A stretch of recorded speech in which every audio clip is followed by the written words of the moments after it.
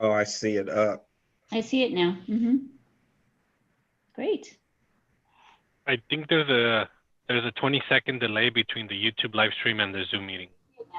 Okay, Yeah. you're on. I was noticing that from the state board meeting the other day, there's a slight delay. Yeah. I was noticing that from the state board meeting the other day, there's a slight delay. I was noticing that from the state board meeting the other day, there's a slight delay. So whoever has YouTube, I would suggest muting your YouTube if you want to still have that on your background running.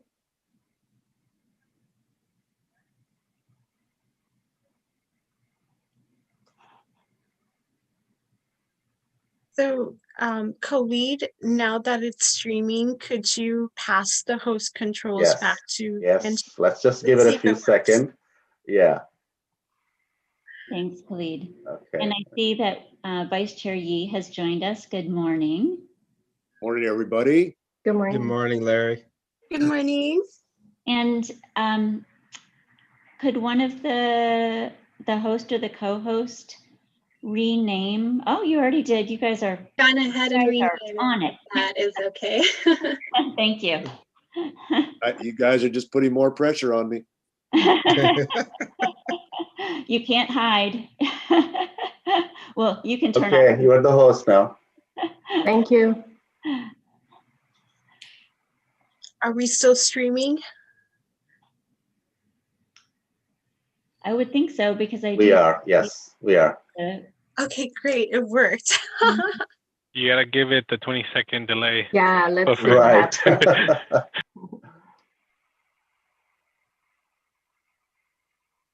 I don't know if we mentioned that to you or I mentioned it to you, Vice Chair Yee, that we are streaming live on YouTube for this workshop today, in addition to the Zoom platform.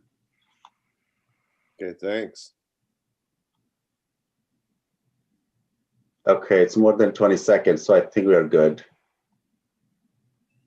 Perfect. All right, Thank Aaron, you so and much. Thanks, good Khalid. luck. Thank you.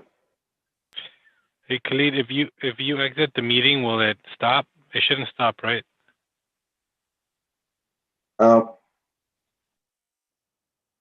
Most likely not, because it's someone is already host, so it should run. But let's see if the YouTube stops. And I'm not gonna log out, so I'll leave it as it is. Thank you. Jerry, if you need a co-host controls, let me know if we get any technical issues.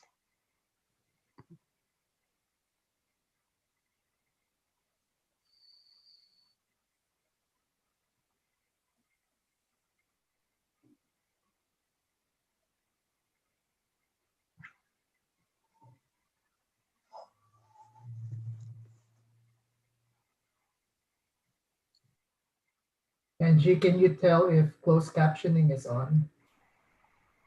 Let's see. Yeah, there is the CC button. Okay, thank you. But let me turn it on to see. I turned it on, but I haven't seen anything yet for it. Okay, I'm going to try.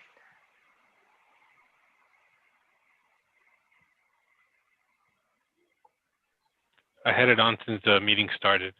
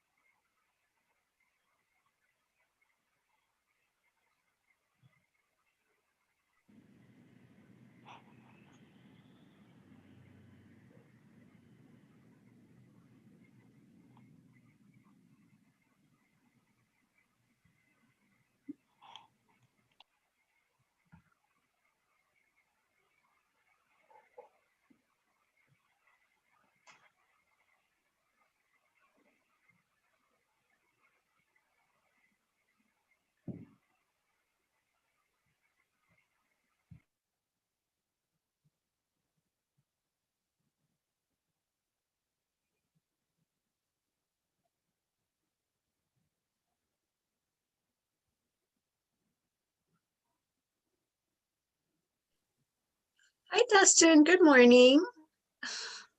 Hi, good morning.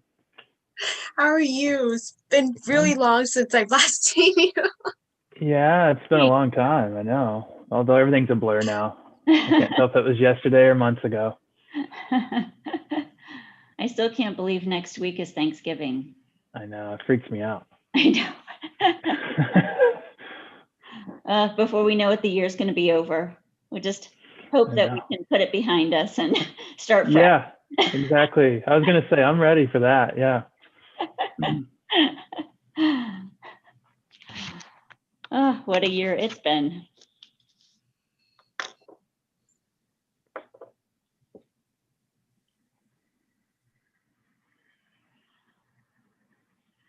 Dustin, are you doing the ramps presentation? Oh, I just caught you when you were. No, TJ is. I'm just here to help Okay. him if I need to, but TJ's the lead. Okay. Is he on? Sounds good. TJ on? I don't know if I see him yet, but Okay.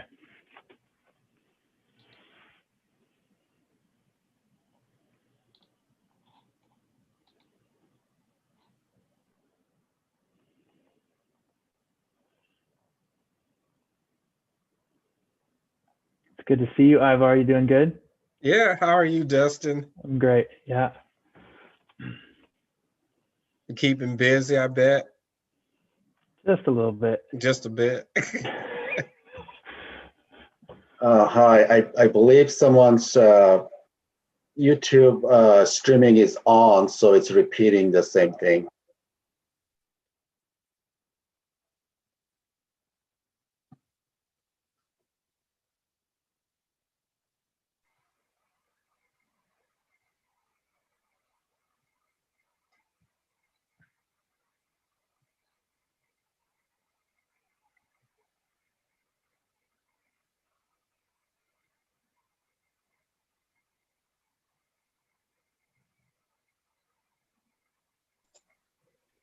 All right, so it is 8:55 now. Should we start recording? Are we? Yep. Okay, so we're going to start setting up now and begin recording. Rebecca, can you please go ahead and begin recording? Rebecca, can you confirm with me that we are now recording? We are recording. Yes, Thank we you. are recording. Thank you, Rebecca.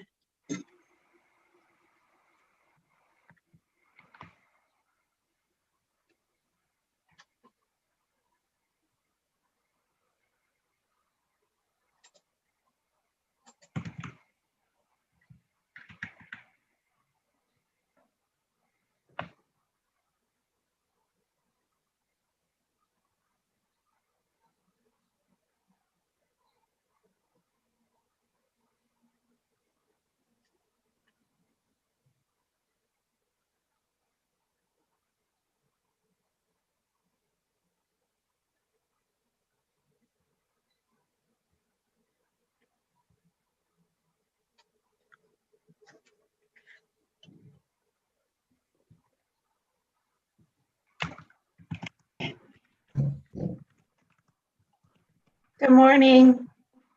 Morning, Johnny.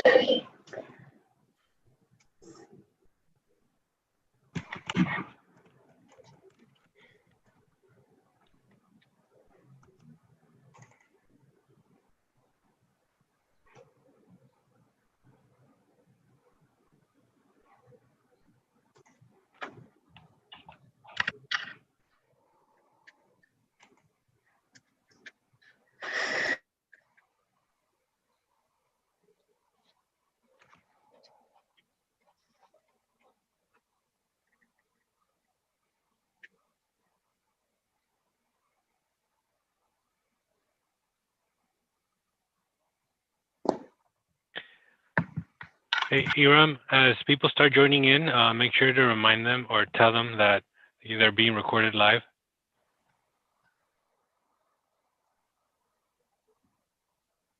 Hi, everyone. We are recording and we are also live on YouTube.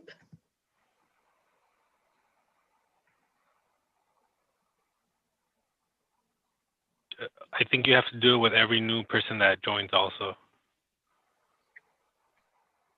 Okay, I'll repeat it right before we start too. Is there a way to indicate in the chat or?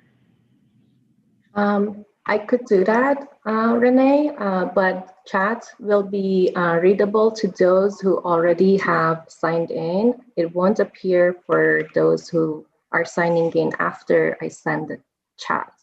Oh, So okay. yeah, I will drop in the text in chat maybe in a few minutes, like a minute past 9. That sounds good. We do have one other board member who is attempting to join, but having a little bit of difficulty right now. I'm trying to help him out. So.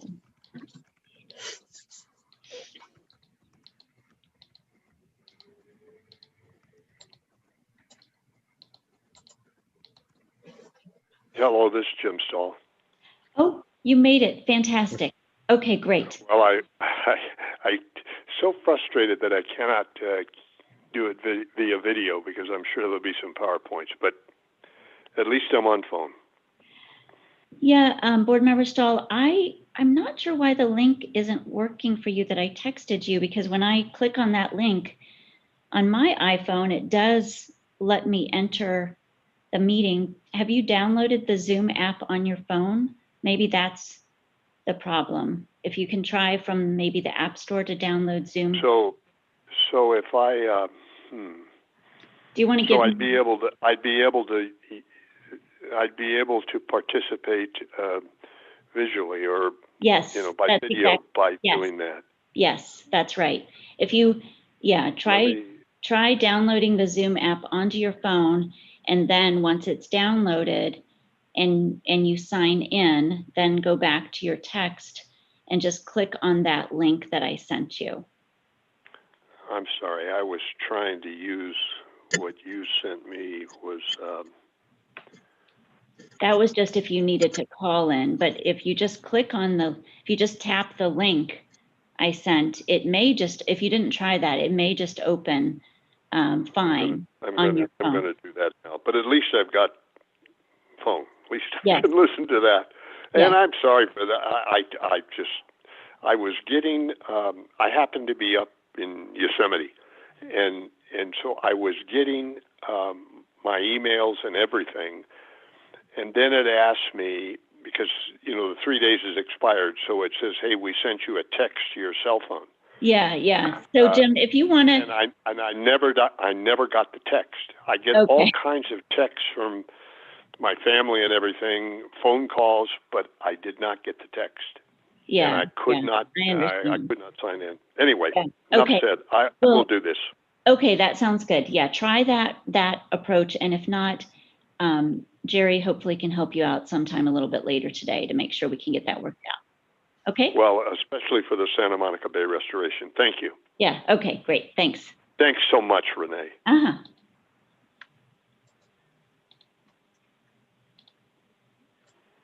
Let me see now.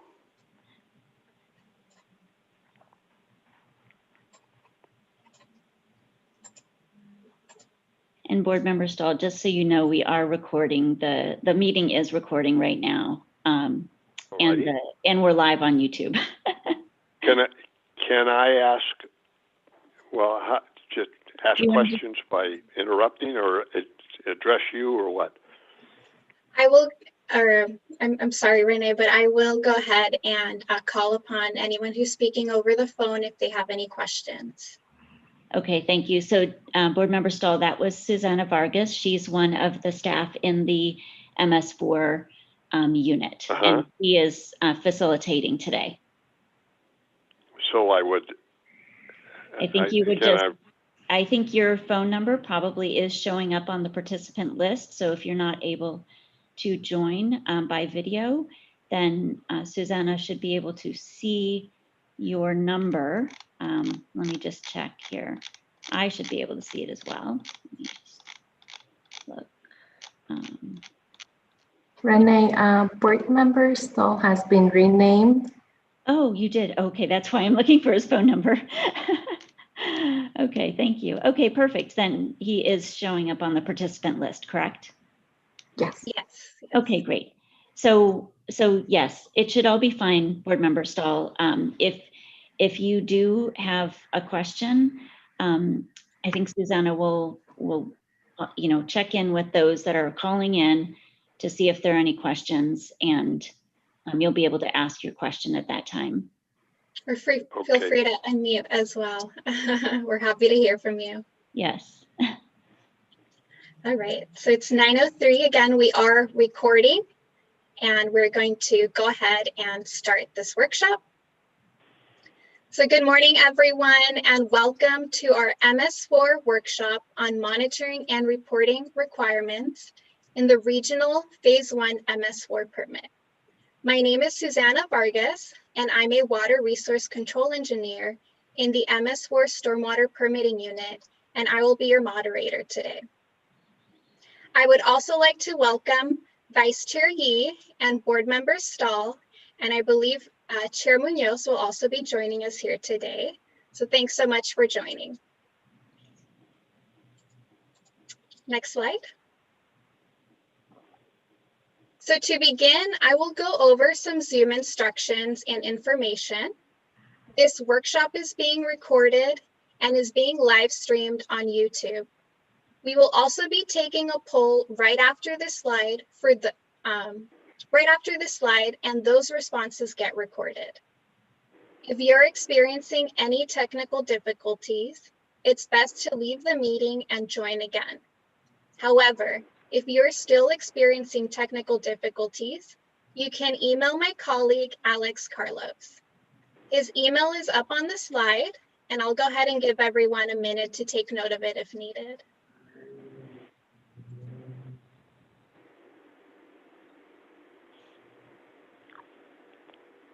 All right, next slide. So we would like to know who's joining us here today, and for that, I'll go ahead and launch a poll question.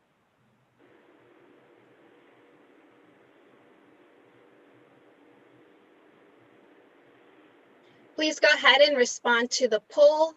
I'll give everyone about a minute or so to respond.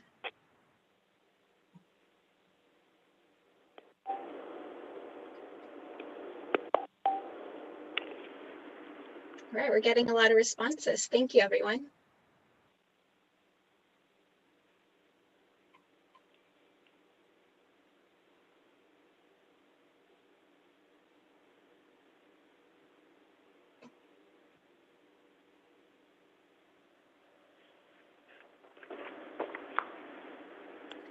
All right, I'm going to end the poll now, as most of you have responded.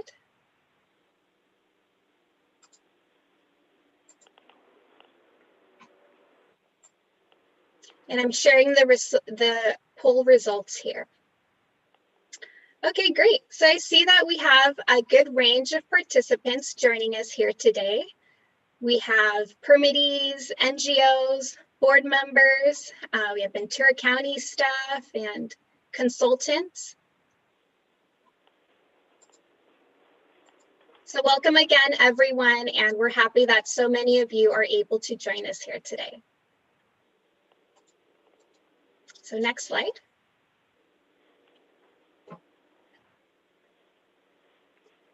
Okay, so before I begin talking about the agenda, we're going to share it with everyone using the chat feature. Aram, if you could please go ahead and drop the agenda in the chat. Okay, great. Thank you, Aram. I see that it's arrived. So feel free to download it if you would like to have that with you today. So for today's agenda, we have already begun with introductions and have gone over Zoom instructions. At around 9:15 a.m., we will start with our first board presentation on monitoring. Aram Razak, environmental scientist, and my colleague in the MS4 unit will be giving this presentation and will be followed right after with the question and answer session. At 10:20, we have a scheduled 10-minute break, and we will resume at 10:30 with another board staff presentation on reporting, which will be given by Angane Shanazarian, also my colleague in the MS4 unit. And right after, we have TJ Moon, Senior Civil Engineer with the Los Angeles County Public Works, presenting on RAMPS, which is their Watershed Reporting Adaptive Management and Planning System. At 11 a.m., we will move into our last question and answer session, which will take questions from both Angane's presentation as well as TJ's presentation. And after that, we'll go ahead and wrap up this workshop. So next slide.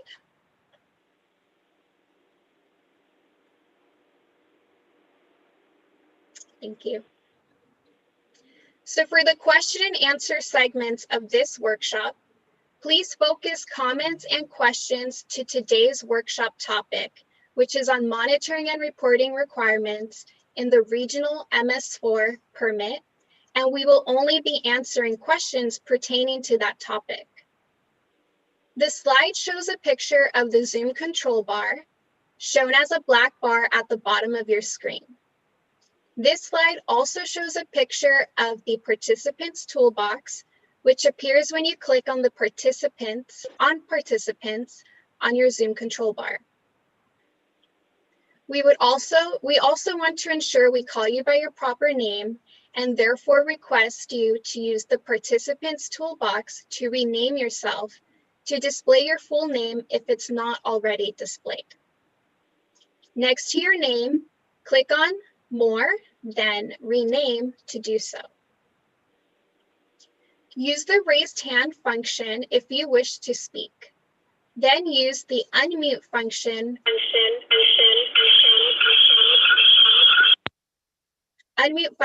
when called on to speak. So I'll go ahead and give everyone a minute to familiarize yourself with these controls and rename yourself if needed.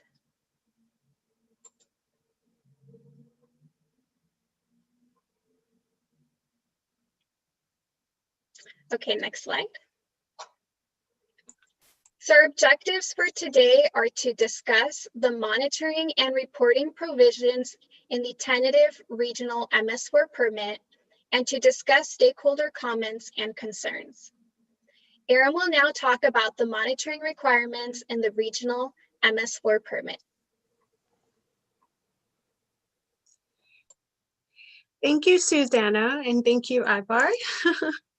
Good morning. My name is Ira Marzak, and I'm an environmental scientist in the Municipal Stormwater Permitting Unit. Today, I will talk about monitoring requirements in the Regional MS4 Permit. Monitoring requirements are located in Attachment E of the permit, which is the Monitoring and Reporting Program, abbreviated as the MRP. We also have aquatic toxicity requirements in Attachment G of the permit. For today's workshop, I won't be going over all the monitoring requirements, but rather provide some highlights and also touch upon some of the changes made to the working proposal released last December and the tentative permit that was released earlier this summer. Next slide. So the MRP includes two types of monitoring programs. In the case where there is a single permittee, we call that the Integrated Monitoring Program, IMP, or IMP. When we have multiple permittees that are coordinating in one single monitoring program, we call that the Coordinated Integrated Monitoring Program, CIMP, or SIM. So in the 2010 Ventura County MS4 permits, those permittees had set monitoring requirements.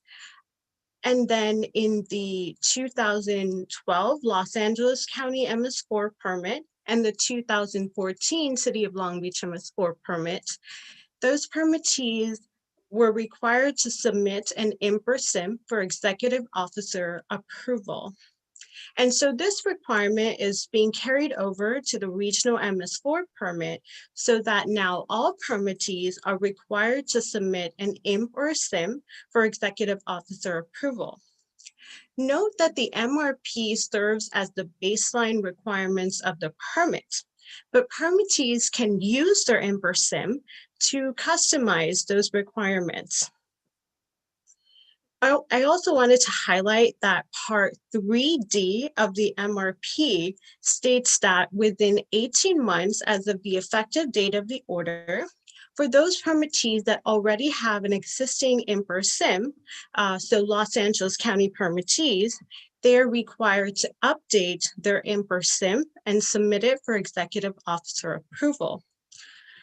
For those permittees that don't have an existing IMP or SIM, such as the City of Compton, City of Gardena, and Ventura County permittees, they are required to submit a new IMP or SIM for executive officer approval. Now, one thing to note is while this process is happening, the permit requires that permittees continue their existing monitoring programs until the executive officer approves the new IMP or SIM. And then after that approval, permittees are expected to implement their IMP or SIM. Next slide. So now I will talk about monitoring frequency. So on this table, the first column, I have the different types of monitoring. And then in the next two columns, I have a comparison of monitoring frequencies between the working proposal and the tentative. So where I indicate that there is no change in the tentative column, no change means there was no change between the working proposal and the tentative draft.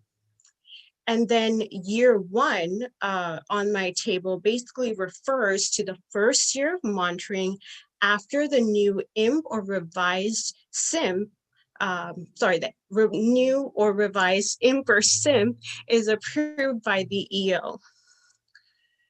So based on comments we received on the working proposal, we have reduced the monitoring frequency for aquatic toxicity and table E-6, which is the core suite of monitoring constituents.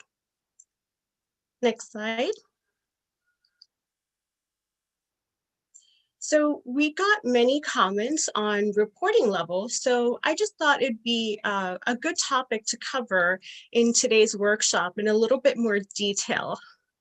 So the first question comes up is, what are reporting levels? So reporting levels is RL. So the RL is the minimum level ML and its associated analytical method chosen by the discharger for reporting and compliance determination. So sample preparation methods such as dilution should be considered in computing that RL. So the next question that pops up is, why did they change from the current permits?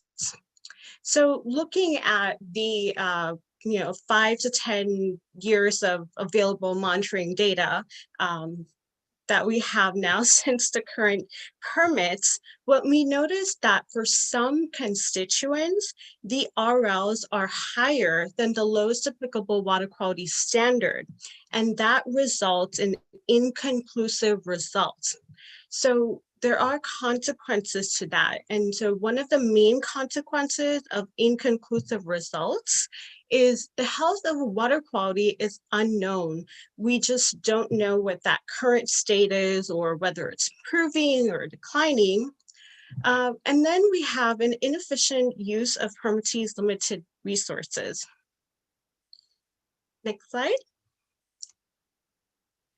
So to address this issue that I just talked about inconclusive results, we changed the reporting levels from the current permits into the regional MS4 permit.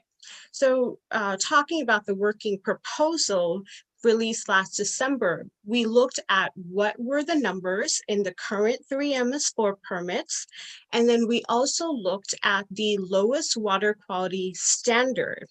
And looking at those two factors, we came up with reporting levels in the Regional MS4 Permit. But we received many comments on this saying that the reporting levels, some of them are too low to be achieved. And so, then we decided to look at more data and understand this issue in more detail. So what we did is we reached out to 14 ELAP certified labs in the Los Angeles region that our permittees most commonly use. And out of those 14, 6 of the ELAP certified labs gave us information. And what we specifically looked at was the capabilities of the lab analytical methods for a stormwater matrix. And then where there were data gaps, we used SWAMP data. So SWAMP stands for Surface Water Ambient Monitoring Program. And then looking at all 4 factors, we came up with the revised reporting levels that you now see in the tentative draft. Next slide. So to give you an example of what I just discussed, all the complexities, so I'm going to talk about PCBs. So in the working proposal, we have a PCB reporting level of 20 picograms per liter for to be analyzed for 80 congeners. Now note that the 20 picograms per liter is the Ocean Plan water quality objective. However, in the working proposal, we got many comments saying that this reporting level was too low. So to resolve this issue in the tentative, what we did is we broke out the reporting levels for ocean water versus non-ocean water. So permittees along the coastline will still need to use the 20 picograms per liter reporting level for ocean water, but everyone else can use the 170 picograms per liter for the marine and fresh waters. And I'll just indicate that these terms are defined in attachment A, the definition section. So feel free to look at that. And another thing to add is that the 170 picograms per liter is the human health CTR human health criteria. So another thing that we did is we also reduced the number of congeners to analyze. So we now have 55 congeners to analyze, and that is per the State Board sediment quality provisions. Next slide. Another thing to add about reporting levels is that federal regulations require NPDES permittees to use EPA-approved sufficiently sensitive methods. So in the case that a permittee is unable to achieve the RL in the permit, Part 2H1 of the MRP allows permittees to use EPA-approved methods, but select an alternative analytical method.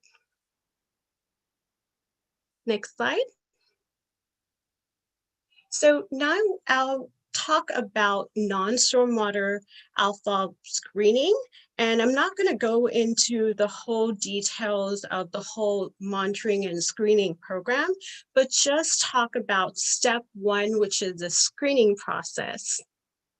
So in the 2012 Los Angeles County MS4 permit and the 2014 City of Long Beach MS4 permit, Los Angeles County permittees were required to screen all of their outfalls for significant non-stormwater discharge. And then after they screen all of their outfalls and they identify those that have significant non-stormwater discharge, they are required to conduct that dry weather outfall monitoring.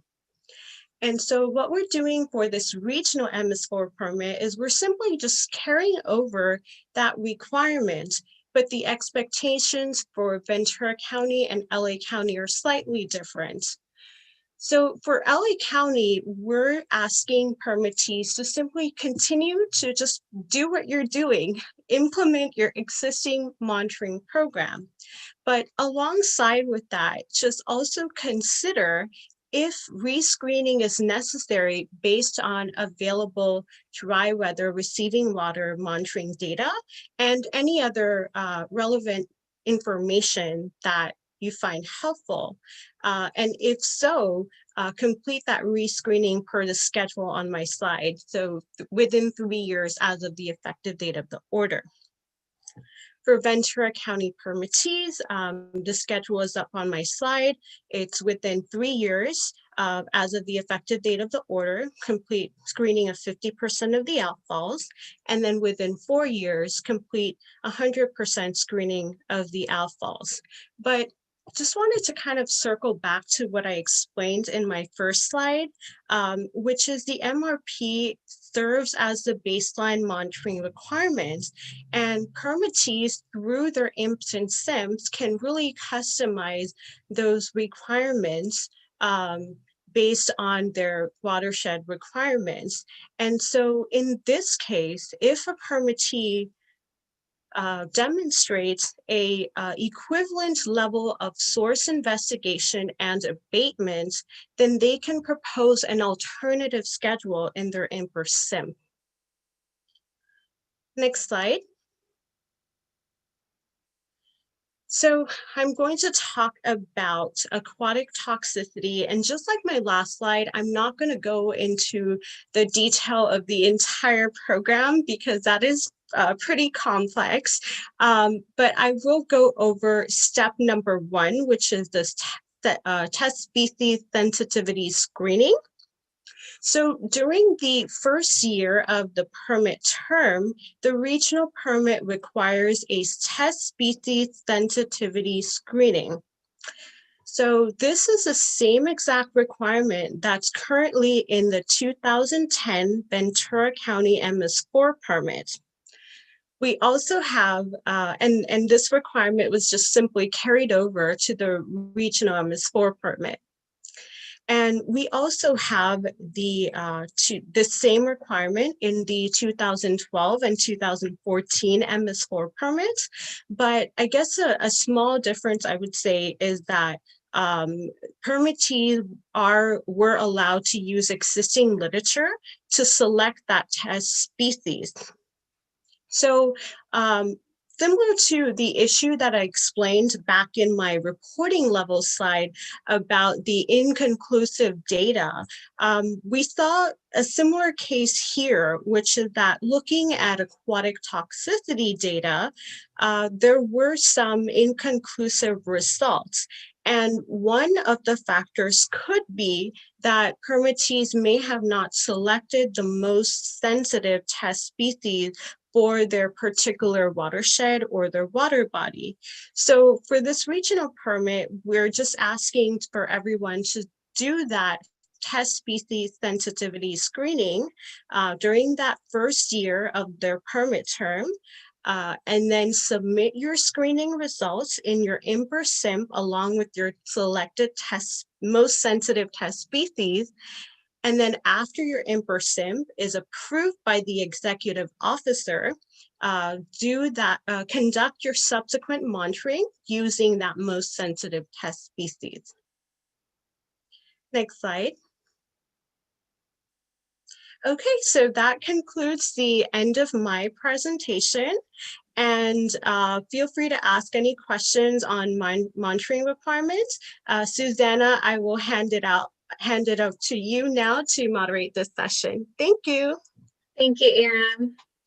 So we will now have our question and answer session. For questions on the staff presentation or any other questions on monitoring requirements in the regional MS4 permit.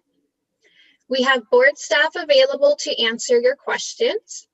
Please reserve any questions or comments on reporting requirements until after the break, as we have 2 presentations after the break that will focus on reporting. So please go ahead and use the raised hand feature under the participants tab if you would like to ask a question. I will go ahead and call upon your name when it's your turn. And at that point, please go ahead and unmute yourself and share video if you would like. Prior to asking your question, please state your name and let us know who you are representing. All right, thank you. Okay, so I see we have our hands raised. Gonna begin with Annalisa Mo, followed by Ewelina from County of Ventura. So, okay, Annalisa, if you could go ahead and unmute yourself, share video if you would like, and ask your question. All right, thanks so much, Susanna and Aram. This is Annalisa Mo. I'm speaking on behalf of Heal the Bay today, and I have two questions to kind of kick us off here. The first is about this reduction in the monitoring frequency for aquatic toxicity and also for the Table E6 core monitoring constituents. I was just wondering if you could explain a little bit more the reasoning for that, and if you also considered long-term tracking of trends and if this reduction might affect that. Sure. So to answer your first question about the table E-6 and aquatic toxicity. So what ended up happening is that the table E-6 monitoring frequency that we have right now in the tentative permit is the same as in the 2012 permit. What happened is that we increased it during the working proposal, and it seemed that we received many comments with issues with that requirement. So in response to comments, we then brought that number back down to what it currently is in the 2012 permit.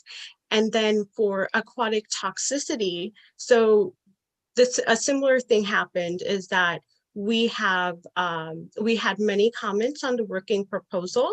And so to resolve some of the other issues, not necessarily the monitoring frequency, there's some other technical issues with like the TRE and the TIE and all of that, we decided to reduce that monitoring frequency. And then your second question about the trends. So yes, the trends will continue to be monitored, and that is just a reporting requirement actually that Angane will talk about later on in her presentation. The monitoring report includes requirement for permittees to evaluate and report on trends. Hope that answers your question. Yes, thank you. And then my next question is just if there's any more information about trash monitoring under the MS4 permit that you can. Yes, so again, so Angie will, Angane will be covering that in her presentation during the reporting. That'll be after the break, but the trash monitoring will happen per the trash provisions within the order. But she'll talk about it a little more. Okay, thank you.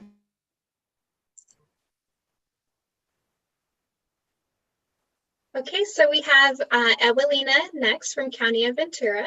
Good morning. For the record, my name is Ewelina Mutkowska. I'm Senior Stormwater Manager at Ventura County Public Works Agency. My question is of high concern to Ventura County MS4 permittees involved in implementation of TMDLs.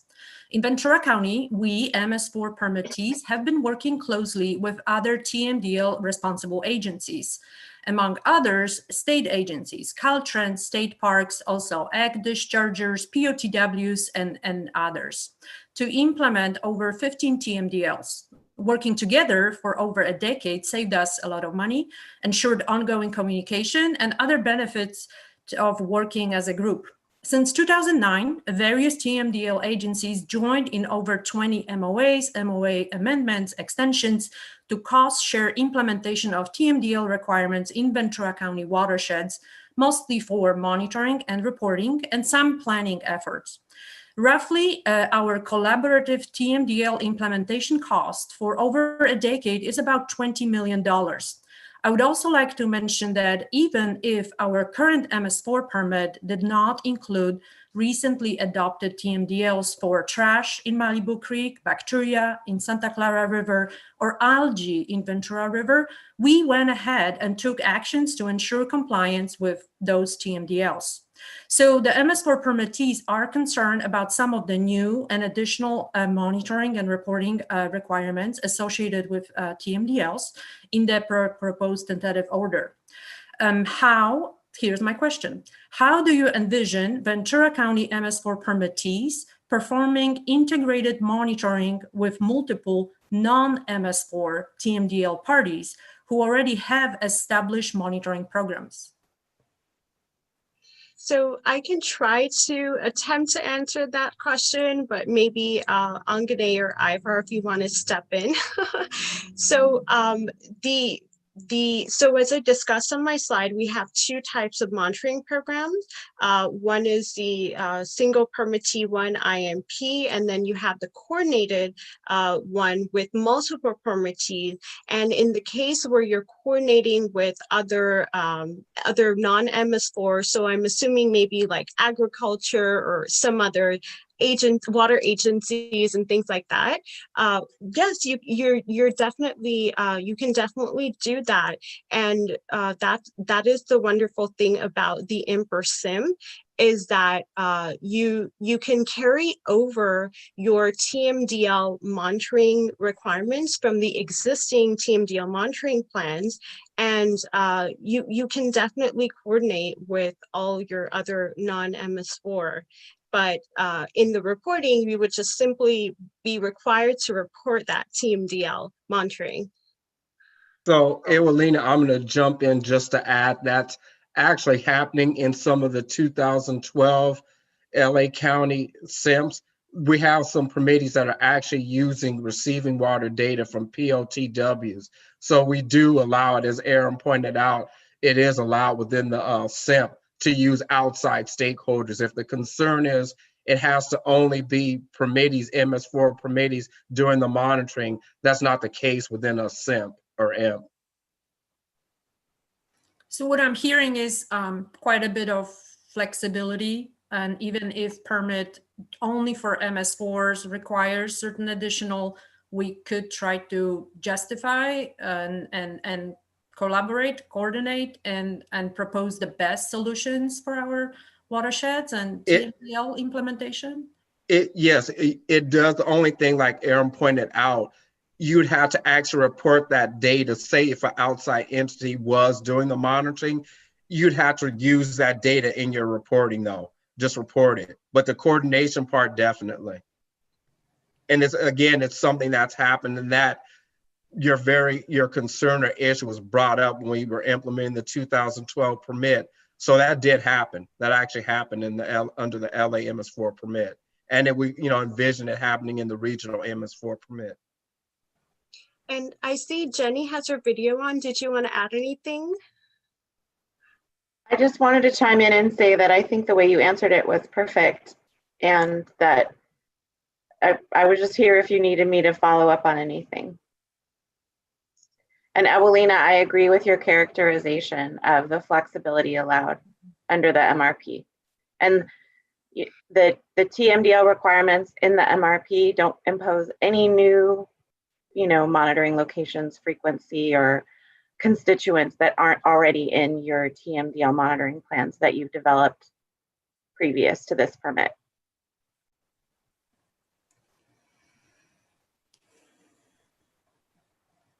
Does that answer your question, Ewelina? Yes, we are working on our comment letter. So if we, discuss and have any additional concerns or issues or pointing out specific examples, we'll be happy to provide this in writing. Sure, and feel free to reach out to us, and also just saying this to all the participants in today's meeting, feel free to reach out to us. You're welcome to contact us for one-on-one meetings so we can further clarify any questions or comments you may have. Thank you. All right, thank you, everyone. So I do see that we have Board Member Stahl, your hand is raised, and then after Board Member Stahl, I will call on Heather Miranda. So Board Member Stahl, if you could please go ahead and unmute yourself.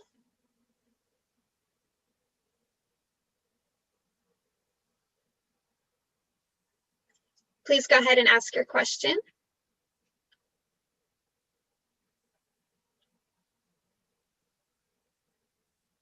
Can you hear us, Board Member Stahl?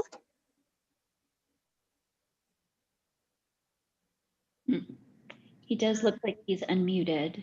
Yeah. Oh dear, I think we just lost him. Oh no, there he is.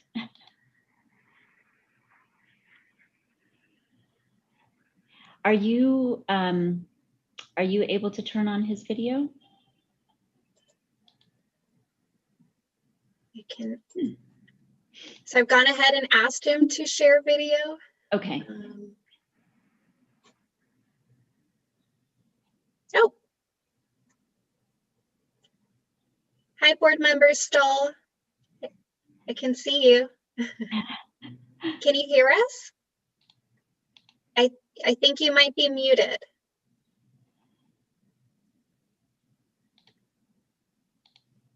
It's interesting. It doesn't look like he's muted, but Board Member Stahl, for some reason, we can't hear your audio, even though it doesn't appear you're muted. Board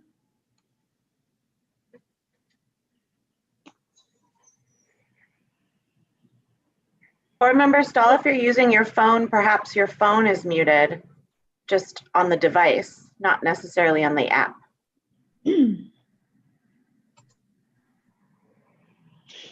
I can suggest a solution if our participants today have audio issues.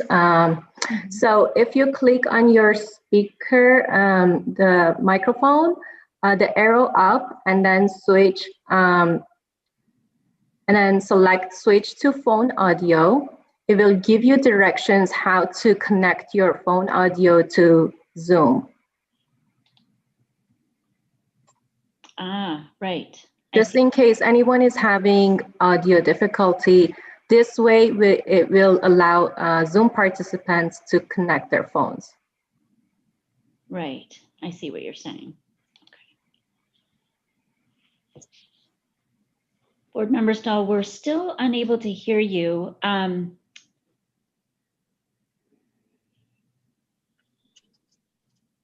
Is it okay if we go to another speaker and then see if we can try to resolve your audio issue, and we'll come back to you? And feel free as well, Board Member Stahl, perhaps to join over phone. We could hear you at the beginning of the meeting, and I'll certainly go ahead and call on you. Okay. Let's do that. Thank you. All right, so we're gonna go ahead and go with our next speaker, Heather Miranda. Please go ahead and unmute yourself. Good morning. Thank you for hosting the workshop and providing all this really critical information to us all. I'm Heather Miranda. I work for the city of Santa Clarita. And I have, my question is, I hear inconclusive results a lot in the presentation, and I'm wondering if you could extrapolate a little bit on how inconclusive results are determined, or what that actually means, specifically how it relates to toxicity. Thank you. Yeah, so basically in terms of toxicity, so I'm going to try to attempt the question, but I may ask maybe Ibar or Renee or Jenny to help me out here. So inconclusive results. So for example, for toxicity, when you are doing the monitoring, and what happens is that sometimes you get like a positive or negative result, or now I'm kind of going into the technical details, but what ends up happening is that we can't figure out whether something was like maybe like a false positive or something, and whether the sample taken was actually toxic or not. it's really hard to tell given like the TRE and the TIE process when we go through and look at all that data. And so that is sort of what I mean by inconclusive results, is when that's a little bit hard to tell. But Ivar or Renee and Jenny, if you want to chime in a little. So the only thing that I'll just add to that on for the other pollutants, and this is kind of related to the reporting limits. If your reporting limit is so much higher than the water quality objective, at that point, a non-detect still doesn't indicate that you'd be compliant with that water quality objective. So in terms of the reporting limit, that's one of the issues, the issues that, when we said inconclusive, that's what we meant, in regards to some of the reporting limit levels.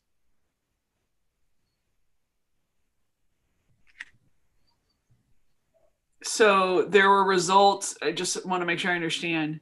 So there were levels in the toxicity or in the TIE results, and you were seeing reporting levels for other toxic pollutants, or I guess I don't understand.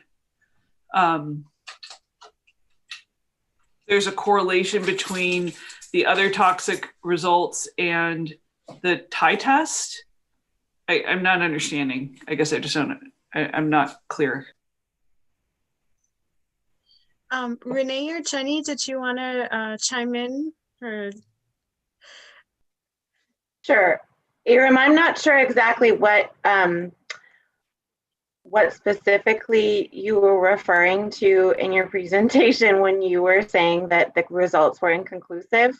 But I know one example is, I think you guys were encountering, was that when permittees were doing TIEs, that the samples were not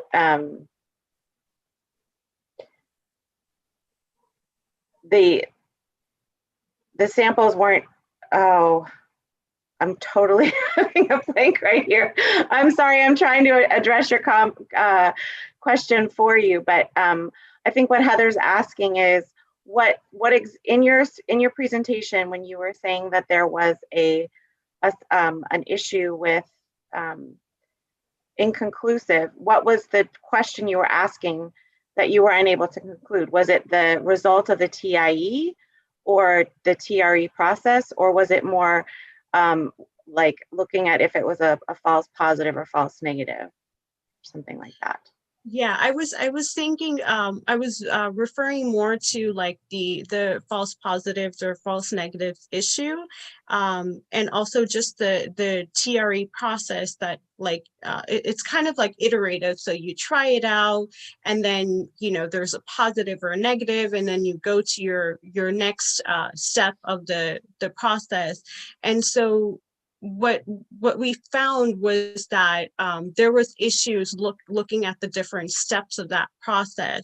And so when I talk about inconclusive results, using that test species, that's just one of the issues. There may have been other factors contributing to the errors in that process that we were seeing in the results. Like we just couldn't tell if that species, aquatic toxicity species, was actually the most sensitive, because either we didn't see any detrimental effects when we expected it to, or just the results seemed very odd. And the other thing I wanted to add to what you said, Iram, and for everyone's benefit, is that State Board is considering the statewide toxicity provisions at its December hearing. And once those become final, it will be around the time that we are revising the tentative regional permit in response to comment. And so we'll be aligning our toxicity requirements in the regional MS4 permit with the requirements in the statewide toxicity provisions, and also incorporating comments on the tentative regional permit. So I just wanted to chime in and let everyone know that that if they didn't know, statewide toxicity provisions are going to be going before State Board in December, and then that will also be incorporating the relevant requirements into the regional MS4 permit. Thank you. So it looks like Board Member Stahl is on again. Can you, are you able to unmute yourself, Board Member Stahl? Can you hear me now? Yes, perfect. Yes. I'm using the video on a cell phone and a landline, so I've got all forms of communication going. My quick question relates to the minimum flow or receiving water monitoring requirements that start on page E19. I don't know exactly the numbered section. And it goes on to refer to monitoring data that needs to be reported in accordance with table E6. But you showed a slide in which there was non-stormwater monitoring from the standpoint of significant flows. And where is the data to support not only, or I shouldn't say support, but where is the data that has been reported since the 2012 permit with regard to not only non-stormwater flows, the flows, pollutants, other pollutants, as it lists here on page E18, I think through E24, something like that. Where is that data from the standpoint of not only dry weather but wet weather flow that has been collected and reported to this point? Can you, maybe not now, but can you steer me to where that is? Yes, so currently we have that data available on the regional, or not the regional, but the MS4 stormwater monitoring site on our LA Board water board site, and I could maybe Renee or Jenny can send you that link. It is there. But we also have some limitations now in the recent few years of what to post on the website. So we do have that data internally, and we can pass that along to you. I would appreciate that. Plus the fact of what is the definition of significant in terms of dry weather flow. It says reporting the significant flows. And maybe there is a definition. I couldn't find it within the tentative proposal that you have written for the permit. So that's the other question that I have is how is that defined? How is significant defined? So thank you. Yes, sure. So to answer your question, the MRP, so I can direct you to the page number since you are looking at the permit. So significant non-stormwater discharge is defined starting on page E-25 of the tentative permit. So there's actually a series of different types of definition, and it's really up to the permittees to define what is a significant non-stormwater discharge for them. And so in one case, permittees can provide a threshold and say, okay, like for example, like maybe 10 GPM would be their threshold to basically identify a flow as a significant non-stormwater discharge. And then we have some other permittees currently defining them through some sort of water quality criteria like bacteria maybe. So they might say, okay, we have this X amount of bacteria in this dry weather flow. So we are defining that flow as significant non-stormwater discharge. So it varies watershed by watershed, permittee by permittee, depending on what they propose in their monitoring program. Okay, so the link that the staff will send me, Renee, staff will send me, would allow me to access the reports as to the decision that was made by each permittee as to what's significant, non-significant, and the monitoring data that flows out of that. Yes. So you can find the like how each permittee defined it in the IMPER-SIMP, and I'm sure Renee or Jenny can direct you to that as well, and then also the data. Yeah. Okay. So, thank you so much, Jim. Mr. Stahl, one thing I do want to add though is some of the actual flow data, because it seems to me that you're interested in actual flow data, is probably going to be in the annual report under the non-stormwater screening. So besides the monitoring reports, you know, that Aaron referenced, because I know you have an interest in dry weather flow, some of that information that the permittees report on their screening of the outfalls is going to be within the annual report. So that's something else we'll probably have to send you to, because, you know, if you're interested in that dry weather flow. Because it comes up, it's tied into the illicit connection, illicit discharge program. So there's some reporting, you know, if they discover flow is going to be within the annual report. That's great. I really appreciate that answer. I mean, my primary interest is in water quality, and to simplify it, I mean, there's two contributions to water quality from the standpoint of dry weather flow and wet weather flow. And dry weather flow, it just seems to me, shouldn't exist in a way from the standpoint of non-treatment. You've heard me talk about this before. But from the standpoint of how much is there? I mean, that's what I'm trying to lay my hands on. It just seems to me since 2012, we would have, and perhaps these reports will show that to me, but we should have a much better handle. I say the entire permittee community should have a much better handle on how much dry weather flow there is. Is it 100 MGD? Is it 50 MGD? That's what I'm interested in. The wet weather flow obviously is going to depend upon climatic conditions. I understand that, but the dry weather, I mean, in essence, it's 90% of the time during the year. Mm-hmm. Anyway, thank you. Thank you very much. I'll look forward to the data. Thank you, Board Member Stahl. Okay, so I will now call upon Samantha Matthews, and followed by Samantha will be Arnie Ansem. Okay, so please go ahead and unmute yourself, Samantha.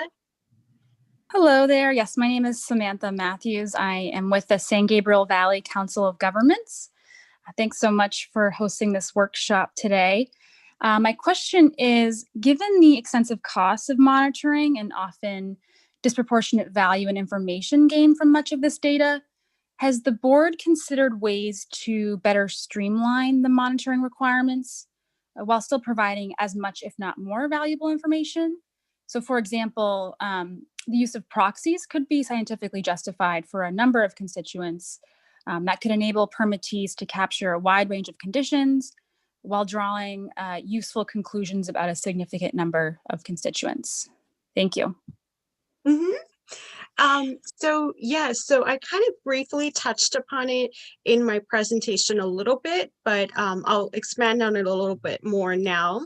So one of the things we did is, so for example, aquatic toxicity, we do understand the costs related to aquatic toxicity, and that is one of the reasons why we have reduced the aquatic toxicity monitoring frequency, but also just to compare the 2012 and the current regional MS4 permit in terms of monitoring.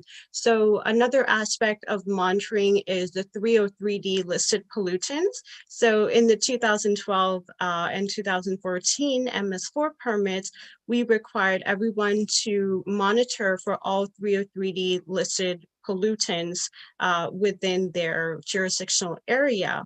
And what in this permit, we did consider costs and other factors and trying to streamline things. So what we do is that we allow permittees to provide justification not to monitor certain 303D listed pollutants if, so for one, they are not a TMDL and they are not listed as one of the other pollutants that are required to be monitored, specifically called out, then you can provide justification using your recent monitoring data or some kind of source assessment. I explained that it's explained a little bit more in the MRP, and that allows you to propose in your IMPER-SIM to not monitor for those certain set of constituents. And then another example also is the table E-6 suite of constituents, which I briefly touched upon in the permit. So in the previous permit, we have the same requirement in the regional permit, which is you monitor for the entire suite of pollutants during the first year of the monitoring year after your IMPER-SIM approval.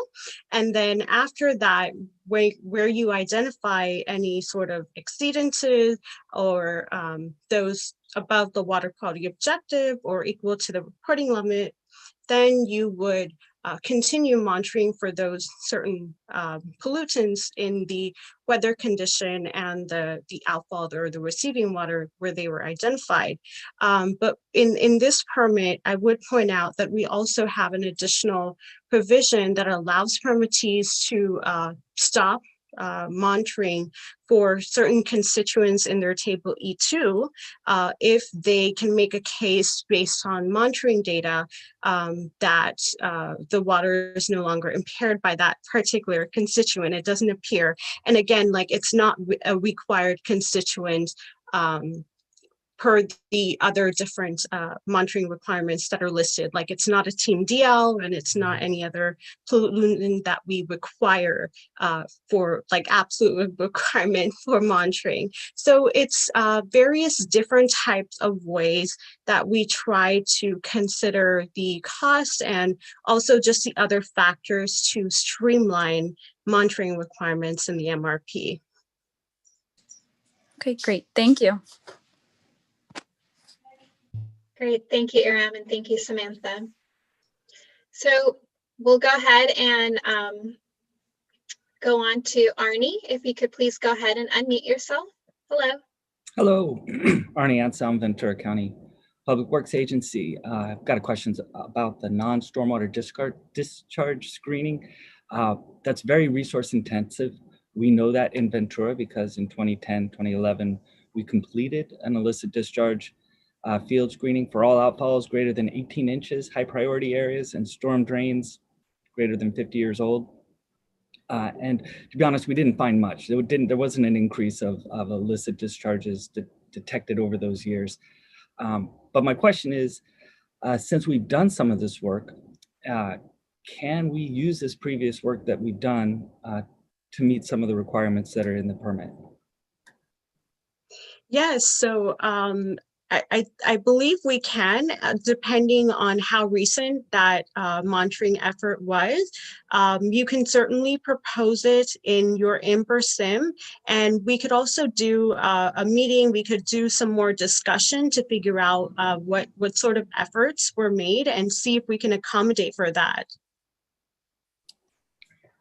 Thank you. I have questions on toxicity as well. Should I do that now or get to the back of the line? No, go ahead. Okay. My understanding is the expectation is we continue the current monitoring program we have until the IMPER-SIMs are approved, but you want the most sensitive species analyzed before the IMPER-SIM. Okay. Yes. Yes, so you would include your most sensitive test species screening in your IMPER-SIM and the results so that we know which one you're choosing. Okay, and then for the most sensitive species, we have some of our freshwater creeks vary in salinity, and so it might be the marine species you need, it might be the freshwater species you need. If we do a most sensitive species test, because the salinity is low, we'll have freshwater. When it gets above 1 part per thousand, and we have what happens there? Do we need 2 most sensitive species, or what's the expectation? Yeah, so I guess you would go with what is the typical condition of that water body that you're going to test for. Like, what is the normal condition, and then pick your species depending on that. But for example, if you've got like two water bodies in different geographical locations, maybe one is upstream that's freshwater and one that's downstream that's saltwater in normal condition, then you will need to pick out the two sensitive test species, one for that freshwater that's upstream and then one that's downstream for that saltwater. Okay, and this, so I don't understand this completely, but the sites we're looking at are our major, what are they called, the mass emission sites. So those should be, we're not looking at sites that we haven't picked and decided yet that need to be in the SIMP, but we need to find the most sensitive species before then. I'm just trying to get the order of operations. Yeah, so for Ventura County, you have your, I'm not sure if I understood that question correctly. Could you repeat that again? You're asking us to do a new site in Malibu, but we haven't figured out what that receiving water would be, because essentially Malibu Creek doesn't reach up into Ventura County. We have a bunch of tributaries. So we won't be able to do most sensitive species until the site's approved. I think we can work these details out. Yeah, we can talk about it a little bit more. Okay. Yeah. But it's very helpful on the salinity issue. Thanks. Okay. Great, thank you, Arnie. So next we have Ken, and I apologize, I'm not sure how to pronounce your last name, so I'm going to say it's Cronschnabel. Okay, thank you so much. Sure. Please go ahead and ask your question. Yeah, I'm with Kinetic Laboratories. We're carrying out monitoring for several SIMPs. How much flexibility is there in revising the current SIMPs on, especially like rainfall requirements? My concern is, some of the targeted storm requirements are kind of low. We just suffered our second false start, in as many years on the first flush. The threshold was right there at 70% chance of a 1/4 inch. So we went after it and it turned into be a false start. And so that's 2 years in a row. Can we propose something different, something more, more rainfall, for instance? And can we propose like more dry weather prior to dry weather sampling? So I'm not exactly sure exactly what your reference is to, but I do understand your question, which is that yes, you can definitely propose a wet weather, dry weather threshold other than what's indicated in your IMPER SIM.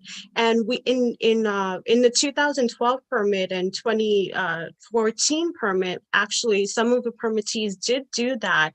They had either like their rainfall for their climatic geographical area, the rainfall wasn't as much to meet that threshold, or was too high or too low. There's also the soft bed versus the concrete channel issue.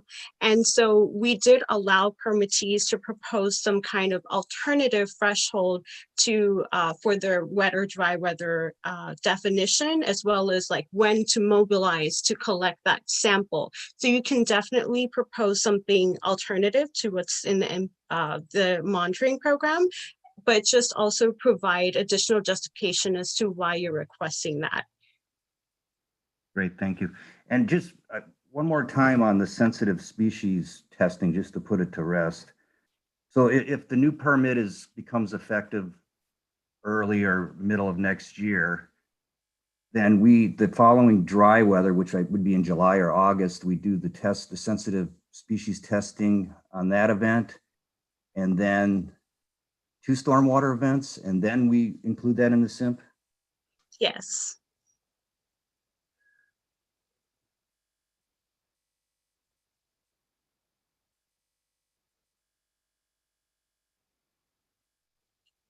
Okay, well, thank you so much, Ken, for your question. Yeah, thank you. So up next, we have Chris M, followed by Jerry Green. So please go ahead and unmute yourself, Chris. Good morning. My name is Chris Minton with Blair Walker Associates. Similar to Ken, I work on a number of SIMPs, so I'm not explicitly representing anybody right now. I guess maybe a little bit myself because I want to make sure we get this right. So I had a couple questions. I wanted to save the toxicity species screening for last, but I guess that's a hot topic right now. So I think I just wanted to echo a bit what Arnie was saying. I just have a little bit of concern that we'll do the toxicity screening and present the results in the SIMP, and then for various reasons, maybe the regional board or interested parties might have some questions or concerns with how we did the screening, and then we'd have to do the screening again. So it just seems like it might be more efficient if we lay out our screening process, name the sites and how we're going to approach it in our SIMP, get that approved. Then we do the screening consistent with the approach everybody's had an opportunity to provide input on, get the screening results, and then circle back with the regional board and say, okay, we did the screening per our approved approach, and here are results, and here's how we're moving forward. And we just have concerns because, like, what if there's you guys would like us to look at a different site or a slightly different condition, or there's just these details that I think we'd have more comfort investing those resources using an approved approach. So again, I think something for your consideration is why we're kind of asking for maybe doing it afterwards. But okay, so I'll stop on that one. No need to respond. I just wanted to pile on a little bit. The other one was on the reporting limits. So one of the concerns that we have is that the way we typically put our plans together is doing something similar like you did, where you reach out to the labs and say, here's our program, here's our goals. What are the MDLs and RLs that you can provide? And then they give those to us and we set up our program, we start running it. And then sometimes we get results back that don't meet those MDLs and RLs.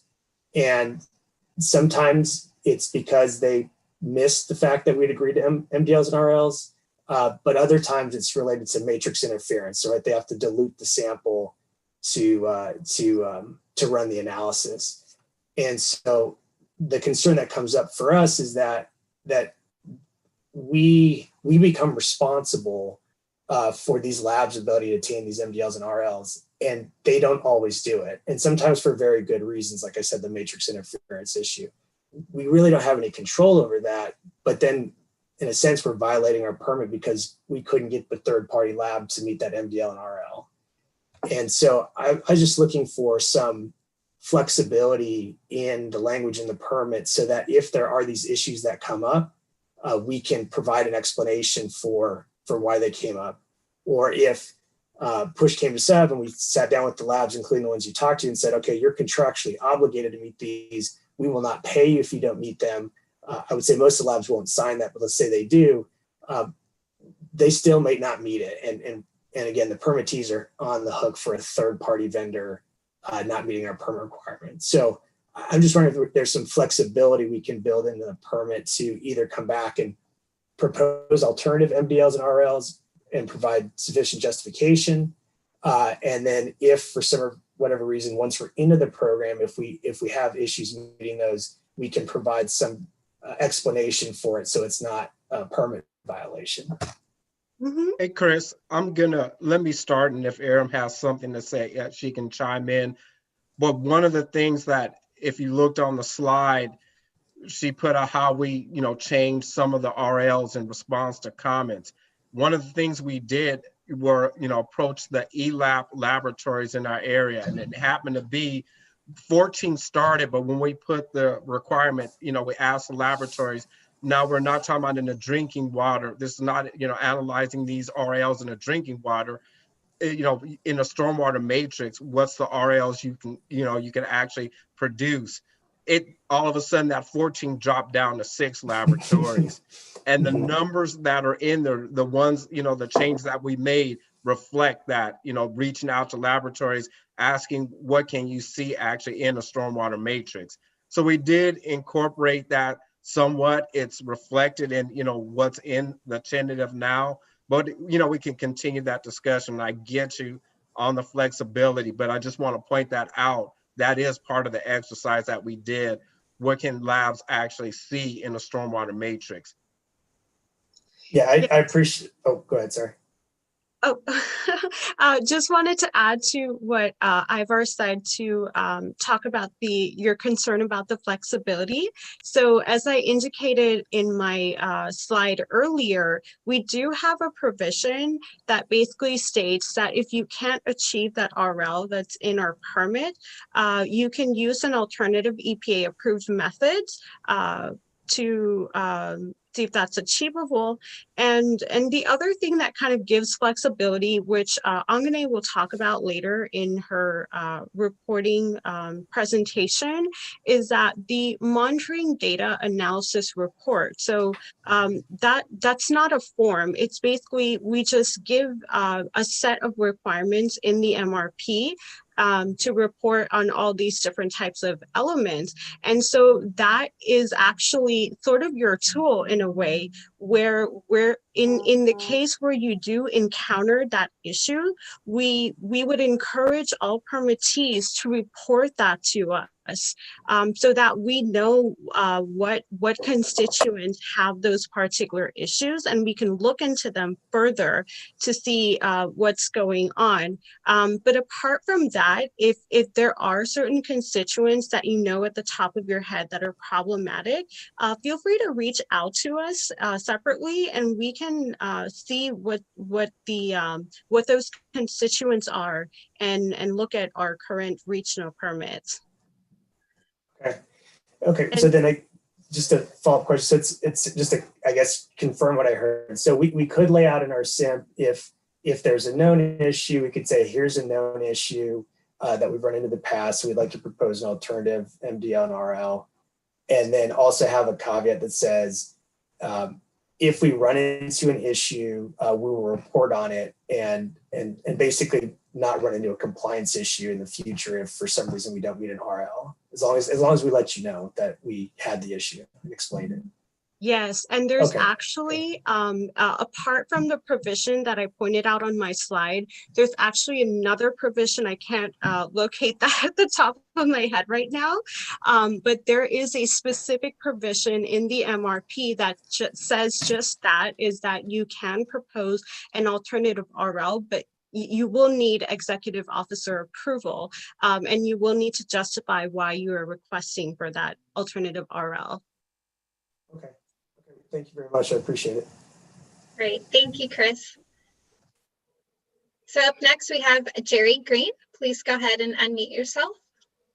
Way ahead of you. Hi. Today, much like the last couple of speakers, we're helping several permittees, including Gardena, the Upper Reach 2 folks, the Rio Hondo San Gabriel River folks.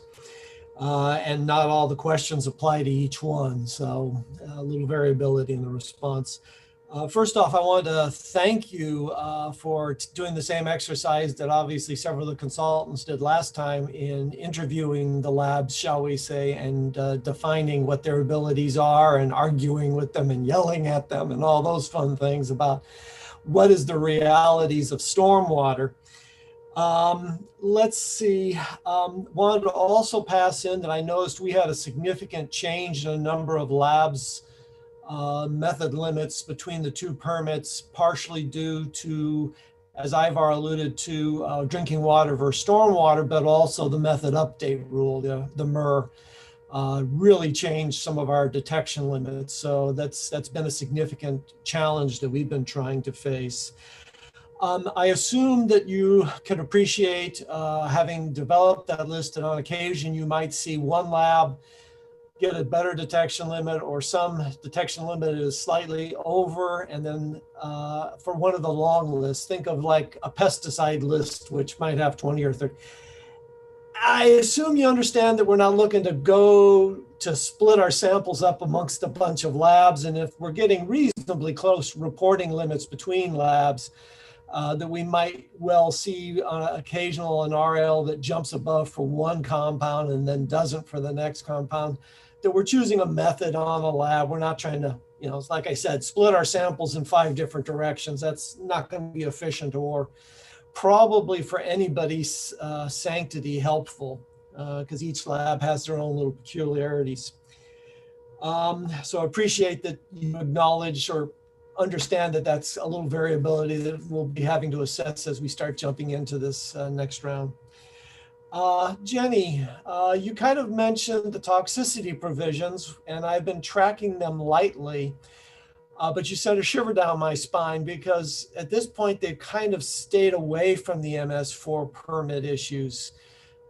When you said you're tracking them and we'll be reconsidering it as we move into our finalization of this permit, what is your thoughts on how the toxicity provisions at the state level might impact our local monitoring?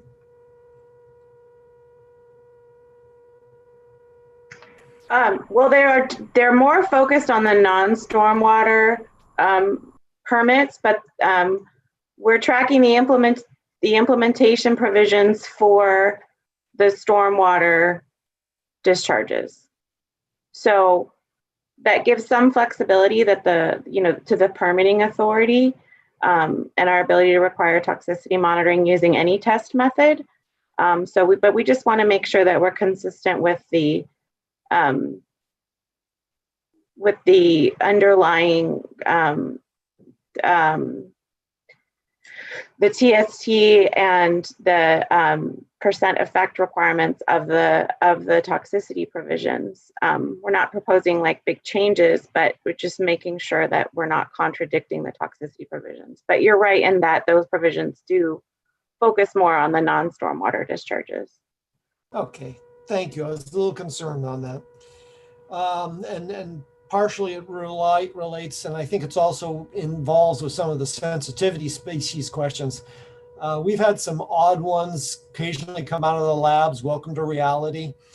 Things like a single sample sent to the lab and failed the survival test, but then for the reproductive test, everybody's doing great. Everybody's having even more babies than the control sample.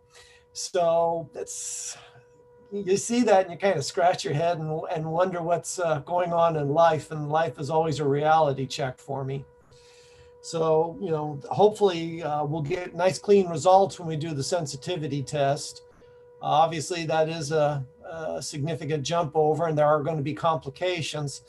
And I think Chris had a good idea that we may want to at least have some lightweight plan as to how we're going to move it, just so we understand what some things might cause us to want to redo a test or repeat a test, because sometimes these tests just don't seem to give the same results twice.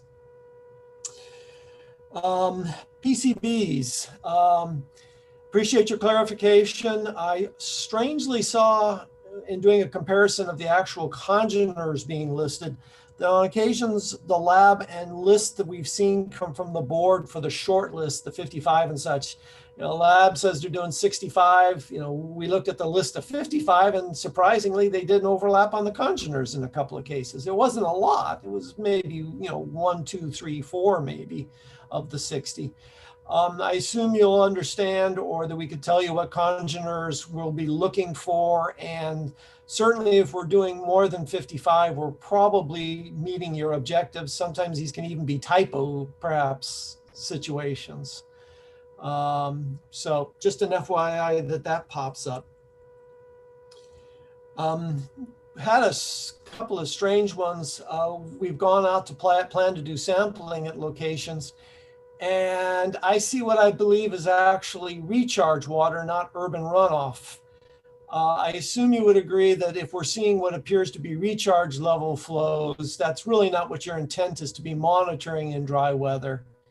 Your intent is that we back off and wait till we get to a situation where it looks like a normal dry weather flow.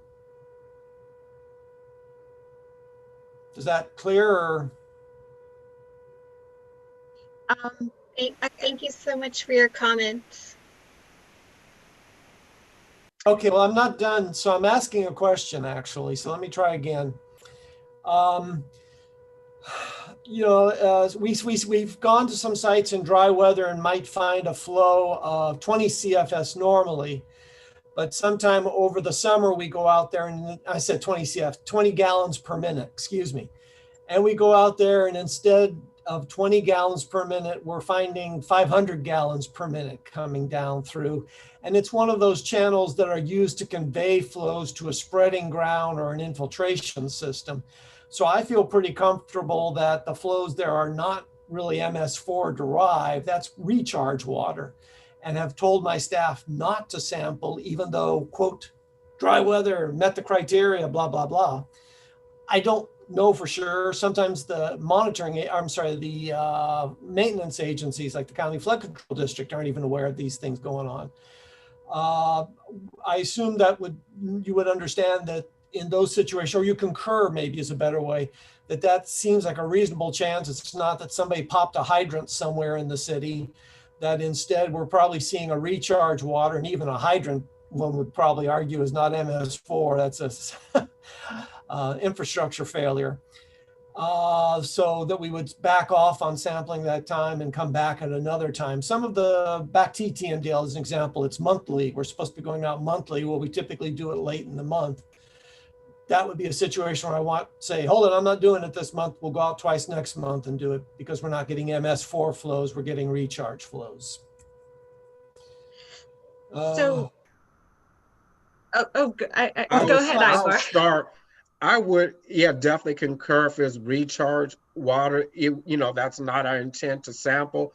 But on the other hand, I would need more than assumption. I'm going to assume if you're going to, put that in a monitoring program, there's going to be some sort of investigation on determination, on the group's part to, maybe reach out, to the county or the source of that recharge water and just confirm that these happen on a regular basis, and maybe at some point even, maybe schedule or find out, that information. So I guess I would concur. I would say your assumption is correct, but I think it has to be a little more than just an assumption that this is recharge water because you're seeing, increased flow. I think there has to be some sort of due diligence done. Okay, I appreciate that input, can relate to it. We've kind of been changing it over time, and I was trying to consider board member Stahl's comments and make sure that we're all thinking on the same wavelength, that sometimes the flows really aren't MS4. Comment was made about the rain events. I've had the nightmare of trying to decide whether to mobilize or not when I'm looking at roughly a 24-hour period of a quarter inch, which works out to about 0.01 inch per hour, which of course is basically a heavy mist. It's not generating runoff. I assume you would be willing to consider a SIM that says both an intensity, that would add an intensity to the forecast question. In other words, if I'm seeing that I've got a runoff producing intensity, yes, but if it's basically 0.06 inches every 6 hours for the next day, that's not very helpful to trying to get runoff. So I'll answer this question quickly, and I do want to say that we are a little bit over time on our monitoring, so we do need to go ahead and take a break. But just as I mentioned before, you have the flexibility in your InperSim to propose an alternative threshold for either mobilizing to get the sample or in a dry weather or wet weather definition, as long as you provide enough rationale and justification using either like precipitation flow data or whatever other relevant data that you can find. And that example is also available in some of our current InperSim. Some permittees have already done that. So you can definitely do that. You have that flexibility. Thank you. and sorry to cut this short. No, I understand. Muting out. Thank you so much, Jerry. So I see that we still have Just one more hand, and we will have another question and answer session right after our presentation. So we're going to go ahead and break for 10 minutes. So we'll start again at 10:37. All right, thank you, everyone.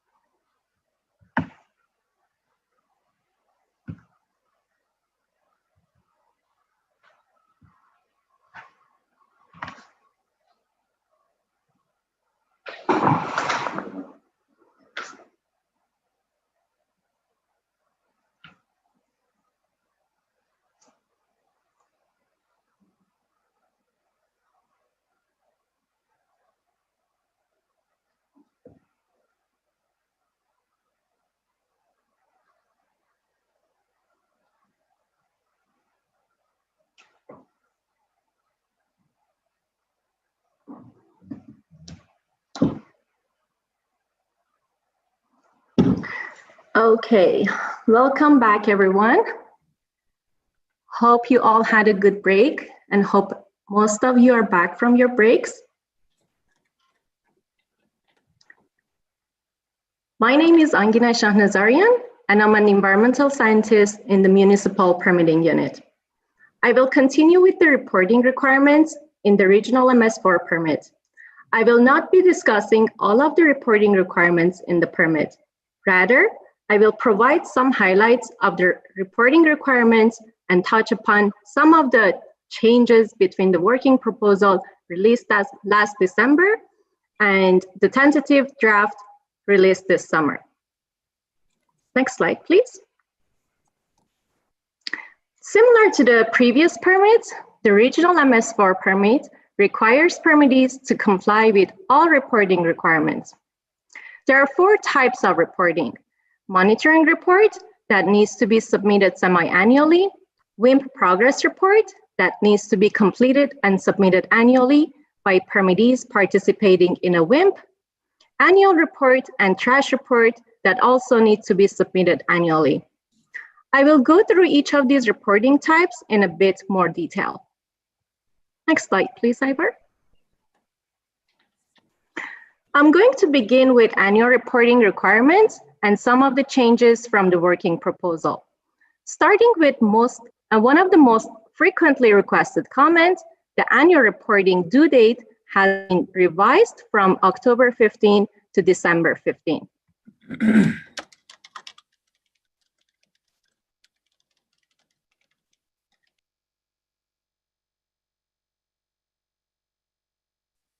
Annual report and WIMP attachment H, which has changed report using an acceptable revised form. Permittees will only need to respond to the questions applicable to them. Also, based on initial feedback received from LA County, the Watershed Reporting Adaptive Management and Planning System, RAMS, is compatible with both annual report and WIMP progress report.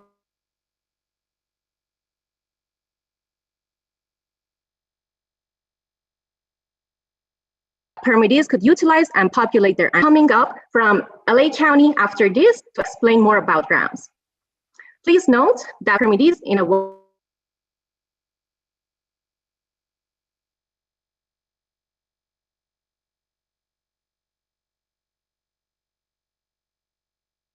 program may submit their annual report.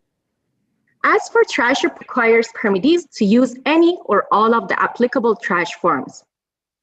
Tentative draft also allows permittees to use the revised form approved by the EO for reporting. The revised forms are encouraged to be used for special limited situations where, for example, if a permittee selects the scientifically based alternative approach to report compliance with a trash TMDL. Note that annual report forms need to be submitted to the Los Angeles Water Board electronically via CD, USB drive, or a link in email. Next slide, please. Continuing with the reporting requirements, I'm going to touch upon some of the changes to the monitoring requirements in the tentative draft. The table on this slide is very similar to table E-9 of attachment E, summarizing what needs to be submitted and how often. As you can see, monitoring results, certification, and summary of sampling events need to be submitted semi-annually on December 15 and June 15 of each year. And QA/QC, summary of exceedances, and summary of aquatic toxicity monitoring need to be submitted annually on December 15. Note that permittees participating in a SIMP may submit one monitoring report as a group, and permittees in an IMP shall submit their monitoring reports individually. Next slide, please.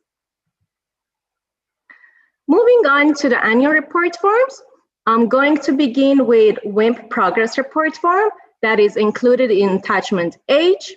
And as I mentioned, this form needs to be submitted only by permittees participating in a WIMP.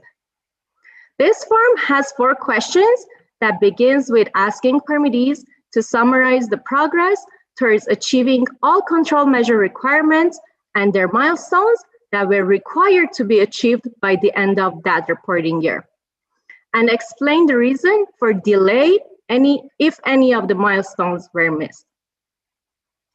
The second and third questions require permittees to complete Table 1A and 1B on an Excel spreadsheet to report watershed control measures aside from MCMs completed since effective dates of the previous 3 permits and the watershed control measures planned and in progress.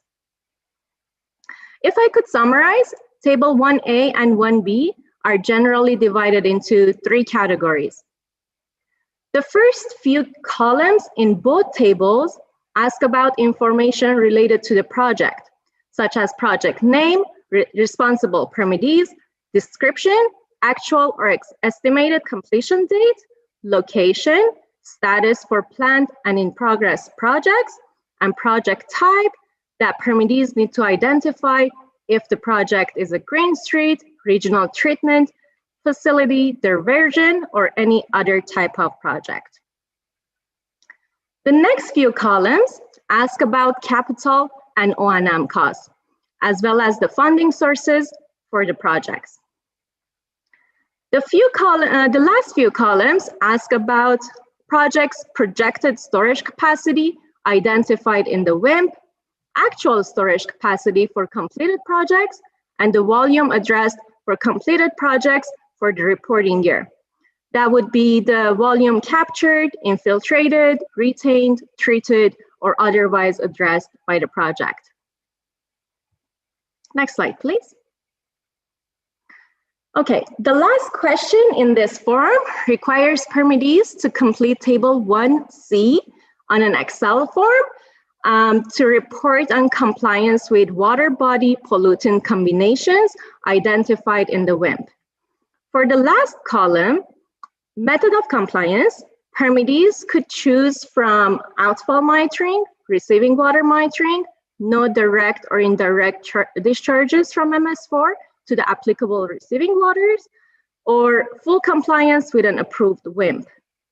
If selecting the latter, permittees need to reference applicable projects in Table 1A and 1B. Next slide, please. Moving on to the annual report form, each permittee is required to complete and submit these forms individually. As I mentioned a few slides back, permittees in a WIMP may submit this annual report form as an attachment to the WIMP progress report form.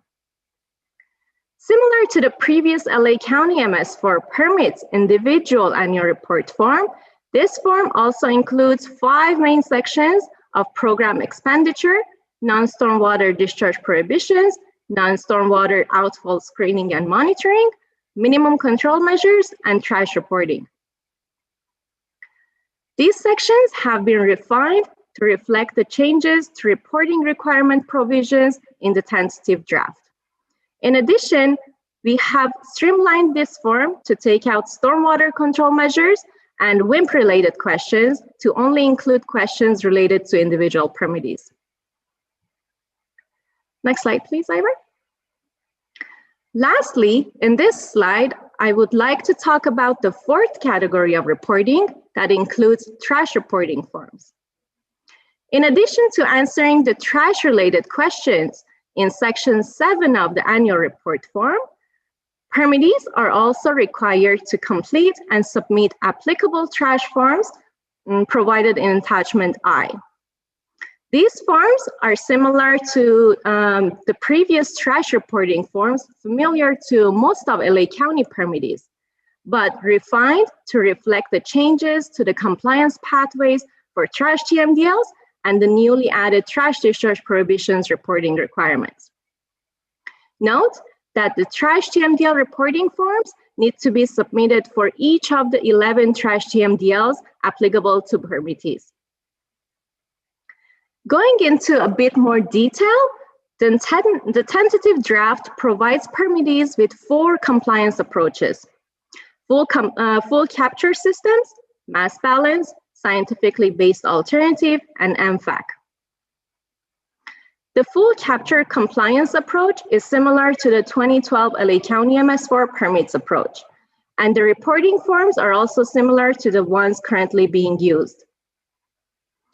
Mass balance compliance approach, however, is a refined version of the 2012 LA County MS4 permits partial capture and institutional control approach that has been revised to allow permittees to report compliance through a combination of full capture systems, partial capture devices, and institutional controls.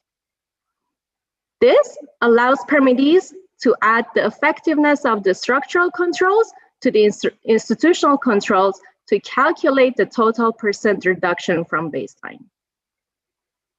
As you may have noticed, we have also added the days since last street sweeping spreadsheet to calculate the weighted average of days since last street sweeping event for permittees that their jurisdiction is not swept all in one day.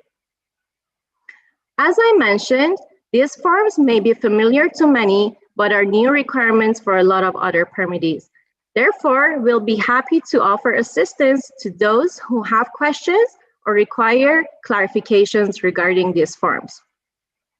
One last point I would like to mention is with regards to comments received on implementing controls on privately owned catch basins. The Regional MS4 permit and MS4 permits in general do not apply to private lands, and therefore privately owned storm systems are not covered in this permit. Next slide, please. With that, I would like to turn it over to TJ Moon from LA County's Public Works to give his presentation on RAMs. After TJ's presentation, we'll have until noon for the second round of Q&A session. Thank you. TJ, welcome. Thank you. Hello, everyone. My name is TJ Moon. I'm here to give the presentation on ramps. If I could get my presentation up. TJ, would you like to be able to share your screen? Sure, I could do that. Okay, well, I think I've given you the rights to do so. Hopefully you can do it now. Yeah, you requested to be able to demonstrate, that's why. Yes. Yes, I wasn't sure if I was going to or not. Okay, can everyone see my screen? Yes. Okay. Well, good morning, everyone. My name is TJ Moon. I'm with LA County Public Works, and I'm here to share with everyone about the Watershed Reporting Adaptive Management and Planning System, or RAMPS for short. It's a great acronym because we're continuously building projects and it's continually ramping up. So I'd like to tell you why we developed RAMPS. So with the 2012 MS4 permit, as you know, city boundaries and watershed boundaries rarely match. And so permittees have to participate in multiple EWIMP groups. Permittees are part of multiple watersheds. And for example, the county, the unincorporated county alone participates in 12 EWIMP or WIMP groups.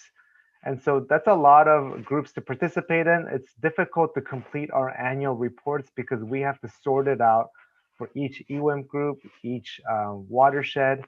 And so we thought it would be better to have an automated GIS-based system to help us complete the MS4 permit annual reports. And so also the annual reports for the watershed forms require a lot of coordination with several permittees. So it's not just unincorporated county you're talking about. For example, the Upper LA River EWIMP has 17 agencies. So that's a lot of data to organize with a lot of different watersheds. And so this was also an issue for permittees when we were doing the 2012 annual reports. And even with the individual annual reports for the county, we require multiple divisions to provide input. For example, all the budget information needs to come from our fiscal division. All our development, redevelopment information, that comes from our land development and building and safety division. All our constructed projects come from our construction division. And of course, water capture calculations, our stormwater quality division does that. But minimum control measures, that's an effort that's being run by multiple divisions. Environmental programs does a lot of our outreach. Our maintenance division does a lot of our illicit discharge programs. Our public relations does a lot of our commercials and ads on billboards. So there's a lot of information, even just for one agency to group together. So we needed a system so that everyone, all permittees, all the different divisions can upload the information into one cohesive master document. So the solution was RAMPS, and this was developed starting in 2015 by the City of Los Angeles and the Flood Control District County. And in starting with the 2012 permit, this was the first time that we were required to provide a watershed report and an individual annual report. So we needed a better system to provide input into the system so that we can develop good annual reports. The use of RAMPS is totally voluntary. If a city doesn't feel comfortable, they don't have to use RAMPS. It is a tool that is here to help people, help permittees. I like to call it the TurboTax for the annual report. You answer some questions, you fill in your tables, and then at the end of it, it generates a report that you can submit to the regional board. The entire system is www.ramps.org. It is a cloud-based system where you enter into a website and you put all your data into a website. And like I said, it is an internal tool for MS4 permittees. It can be accessed by any of the LA County MS4 permittees. And RAMPS has two main models. It has the annual reporting module and it has a projects module. And both of these modules are used to generate the annual report. So let me first start with the annual reporting module. Again, this is an online reporting module where multiple people can log in at the same time. Multiple people from the same agency can log in at the same time and update the annual report for the sections that they need to update. And then certain sections of the annual report can be automatically generated based on other data. For example, if you need to sort out the projects within a specific watershed, RAMPS will automatically do that for you based on the coordinate data that you provide. There's also cumulative project capacity. You don't have to add up all the projects. RAMPS will do that for you automatically for each receiving water. And then another key calculation is how much stormwater did you capture in the past reporting year? This is a modeled number, and only RAMPS can do this. This would be very difficult to do manually. So this is one of the biggest advantages of RAMPS. It calculates how much stormwater was captured in the past reporting year. And then RAMPS also organizes all the different types of land development projects. There's redevelopment, there's land development, there's offsite mitigation. There's so many different types of land development projects, and this RAMPS will automatically sort all those out for you automatically. So we think it's a very valuable tool to use this because it really helps simplify and helps your annual reporting. It helps makes it easier for the user, for the permittees, and ultimately for the regional board as well. The second module in RAMPS is the project module. And there's a lot of projects that all the permittees are developing, are constructing. There's low impact development projects. There's regional projects at parks or complete streets. There's also green street projects as well. And all these can be automatically uploaded to the website. And RAMPS will automatically generate the appropriate receiving water identification, how much capture, stormwater capture capacity it produces based on the dimensions that you put in, how much stormwater was captured in the reporting year. And it will automatically generate all the required tables for the individual annual report and the watershed annual report. And ultimately, it creates a great inventory of BMP data for each of the cities that decide to use RAMPS. So what does RAMPS generate? It automatically will generate the individual city annual report. It will automatically generate a PDF that you can submit to the regional board or to your watershed coordinator. And then for the watershed report is generally led by the watershed lead, but RAMPS will generate all the tables needed up. It rolls up all the various cities' BMP information, and it'll create a cumulative table that the watershed lead can use in their watershed annual report. So it's a great tool for the watershed lead, and it's a great tool for the individual cities when they're trying to generate the annual reports. So let me go through a quick demonstration of RAMPS. This is just a few screenshots. So it's not an actual demonstration, but just to guide everyone through what RAMPS looks like. So this is a home page, and like I said, this is mostly intended for MS4 permittees. Every permittee gets a specific login information, and then you'll click on the reporting tab there on the left. I'll get into the dashboard on the right in a little bit later, but you first click on the reporting, you'll type in your login, and it'll take you to this page where you can fill in your annual reporting module, your projects module, and your dashboard. The dashboard is it's a dashboard of all the projects that you've done. You can see different statistics on it. It helps visualize some of the data that you put in. So that's the dashboard. So first, let's go to the annual reporting module. So this is what the annual reporting module looks like. The annual reporting module is an exact copy of the annual report form that the regional board provides. We have just put it on a website form for people to fill out. So it mimics exactly what the annual report form shows. We haven't done anything differently. You just put in your information, any attachments that you need. You can also attach it for each section. So for example, I'm just highlighting a section here. You click on section 3.0, which is the discharge prohibitions and receiving water limitations section. And then that section will expand, and anyone from that agency can fill in that section. Anyone who has the answers that are specific for these sections, they can fill out these sections, and then all the different users for that agency can update this annual report at the same time. And so that goes for all the different sections. I believe there's about 11 or 12 sections in the individual annual report, and you just fill it out like so.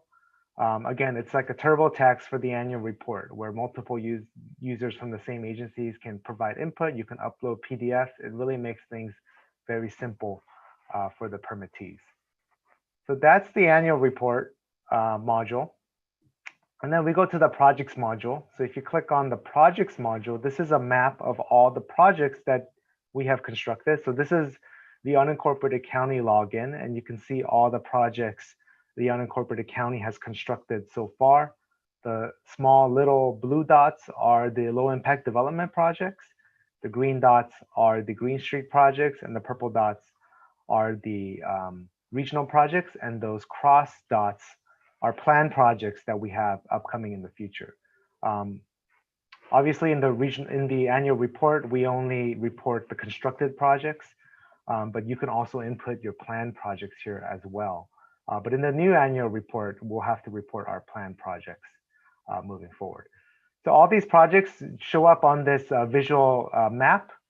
You can manually add in every single project. So for example, this is a low impact development project. You could put in your coordinates. You can type in the type of BMP. You can type in your capacity. You could type in your acres. Those are the required fields per the annual report. And of course, there's a lot of optional data as well, like a name or an address, things like that, that you can also provide just to keep track of some of this data. So you could do this for LID projects, Green Street projects, and regional projects. You can manually input them. Or we have a bulk upload where you can fill them out in a spreadsheet and you can upload all of them at once. For example, low impact development, we usually get all this data from our building and safety division. It's usually hundreds of low impact development projects, and we will bulk upload them to this website. Same thing for the Green Streets. Usually we have tens of Green Streets constructed, and we'll upload these as well. And as more regional projects get constructed, we can upload the regional projects as well. So this is a way to manage all your projects. You can upload them onto this RAMPS database. And then this is where the annual report generation comes in.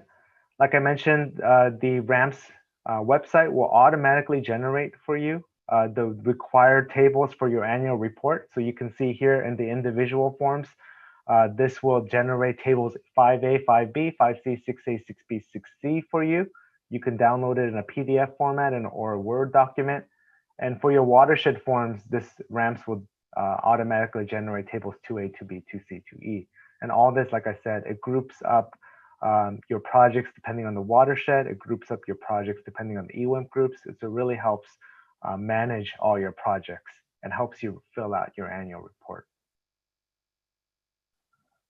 So going back to the dashboard, we've been using ramps for about 4 or 5 years now. And I think people are aware that we are using ramps, but like I mentioned, ramps is intended for MS4 permittees as a TurboTax for the annual report. But a lot of people are interested in the data. They want to see where the BMP projects are. They want to see, what's the rate of LID in an unincorporated county. There's a lot of questions. We've been getting questions from SCORP and other researchers asking about this data. So the county decided to be very transparent, and we have this public dashboard. So if you go to ramps.org and you click on the dashboard, you can actually see all the county unincorporated and flood control district projects that capture stormwater. And so you can see those red dams near the top of the foothills. Those are all the dams and reservoirs. You can see the spreading grounds in the burgundy there. You can see all the green streets with the green street logo, all the low impact development projects, and also the regional projects that we've constructed there. So this is all accessible to the public.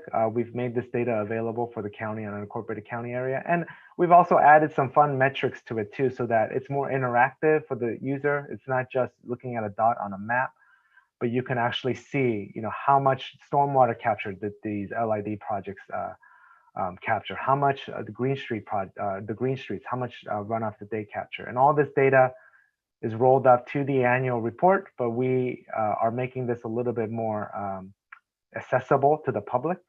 And so you can toggle the different dates, the last 30 days, the recent storms. And so this is all for public access. So they can go to ramps.org and access this and see all the county and flood control district projects and how they're performing. So the success of ramps, 77 MS4 permittees are using ramps. It has greatly reduced the effort for the annual report. It generates a consistent annual report format. So it helps the regional board review the annual reports. It tracks and manages every agency's BMP data. It builds upon the county's regional leadership. The flood control district, we cover the whole MS4 permit area, and we are always interested in doing things that help the region. And so this is another example of that. And like I said, there's an inventory of BMP data, and it performs complex calculations consistently, especially the amount of stormwater captured that's required. That's a required form in the annual report. Ramps will do that for you automatically. And how does Ramps do that? I want to share a little bit what goes on behind the scenes of Ramps. We have a model that does that. It's called the Watershed Management Modeling System. And about 12 years ago, WMS 1.0 was developed by the Flood Control District, and for $1.8 million. We invested $1.8 million in this model. We made it free and available to the public for use. This model eventually became identified in the 2012 permit as an approved model for EWIM planning. And the WMS 1.0 was used by a majority of the EWIM plans to develop their BMP plans and costs. So this is the model that generates the cost that is often floating around. This model is not just used for MS4 permit compliance. It's been used for a lot of other things. This model is used for the Safe Clean Water Program scoring criteria. This model is used for various other plans. It's been used by LADWP in their Stormwater Capture Master Plan. It's been used by the US Bureau of Reclamation in a climate change analysis. It's been used by UCLA, other research agencies. And so it is really the preeminent model in Los Angeles. And we've been to other conferences to share about our WMS model. And I would say it's definitely the top model in California, maybe the top model in the nation. The Flood Control District has invested, like I said, multiple $1 million in developing this model. And it was first developed in 2008, so we decided that it was time for an update, especially with all the new data that has been coming in recently due to the 2012 permit. So WMS 2.0 was released in June 2020. We had a public grand opening, and we invited the regional board, all the permittees, all the consultants. They are all able to use the model. It is a free model. the flood control district invested $2 million in the update of this model. The latest improvements, again, the model breaks up the whole county into a little bit over 2,600 sub-watersheds. The rainfall data that drives the model, we're using 100 real gauges and over 700 grid cells. Those are NASA rainfall data that we're getting from NASA, and we're putting them into our model. We have our 2016 LIDAR data. So this has the latest land use, land cover data, the latest impervious data. We have the latest soils data, the latest slope data, all incorporated into this model. And what's the resolution of that? It will tell you if you're in your parcel, if you have a home, that this is the roof. You can see if this is the roof, the driveway. You can see if this is the tree or grass. That's the type of resolution that's in this model. And also, of course, the SIP water quality data. Since the 2012 permit, we've significantly increased our SIP monitoring. We used to have hundreds of monitoring sites, but now I think we have like 400 monitoring sites. So we have a lot more data. All that has been incorporated into this latest release of WMS 2.0. It's a calibrated model to show historical flow and water quality. And this is the model that is running behind ramps to generate those stormwater capture estimates. So this is a model, like I said, it is a groundbreaking model. It's very complex. It's the best model in the region, best model in California, and in my opinion, probably in the nation. And the Flood Control District has a commitment to continuously update this model to make it better and better so that we can get better, more accurate numbers as we do our adaptive management, as we do our reasonable assurance analysis. We're hoping that this model will be widely used by all the permittees. The model can be freely downloaded at the LACountyWMS.com. And even if you're not a modeler, I highly encourage you to check out the website because there are some pre-run scenarios so that anyone can click on a watershed and see how the model runs, what are the outputs that it generates. And the Flood Control District is always open to host a training session for anyone that's interested. We hosted one in June, like I said, but we're definitely willing to host one again. And we're trying to increase transparency for this reasonable assurance analysis. I know it's a very complicated process and there's a lot of assumptions and variables that go into it. And we're trying to just help people learn more about modeling, increase transparency about the model. And so you could definitely go to the website and download all the documents and all the parameters that went into our model assumptions. So again, this is another picture of the dashboard. So the dashboard will generate automatic automatic graphs. The dashboard, since the login for the annual report is limited to MS4 agencies, Public Works has decided to do a dashboard where the public can view all the county and flood control district projects. It's mobile friendly. You could check it on your phone. And so I highly recommend everyone to check out the dashboard to see all the projects that are in ramps. Some of the next steps, our recommendations. We can update ramps with the new annual report form. I believe we've reviewed the annual report form and we think everything, ramps can be updated to reflect the new annual report form. The 2012 MS4 Permit annual report did have a technical advisory group that provided input to improve the annual report. We would recommend in due time to do something similar because these changes to the annual report form are significant and we're going to try our best to fill them out, but there might be some tweaks that need to be made. And so we do recommend a technical advisory group in the future to be reconvened to provide input based on real experience. And in the event changes are necessary or required, to give the Regional Board Executive Officer authority to make those minor improvements to the annual report form. So that's the end of my presentation, and I hand it off back to Angie. Thank you, TJ. Susanna, can you please go ahead and start this Q&A session? Yes, thank you, TJ, and thank you, Angie. So we will now have our question question and answer session for questions on the reporting presentation. Sorry, I just realized I wasn't sharing video. So questions on the reporting presentation or any other questions regarding the reporting section in the tentative regional MS4 permit and LA County ramps presentation. Since this question and answer session is on 2 presentations, please specify if your question is directed to either board staff or regarding ramps. At this point now, please go ahead and use the raise hand feature in the participants panel, and I will call upon your name when it's your turn to speak. At that point, please go ahead and unmute yourself and share video if you would like. Prior to asking your questions, please state your name and let us know who you are representing. And at this point, I would like to invite anyone over the phone. If you have any questions, please go ahead and unmute yourself. I'll give you a couple of moments there to go ahead and unmute if you have any questions. I do see that we have 2 callers.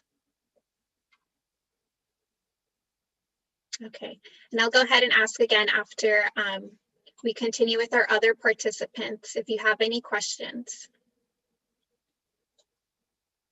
Okay, and I see that Board Member Stahl, you have your hand raised. We're going to go ahead and kick it off with you. So if you would please unmute yourself.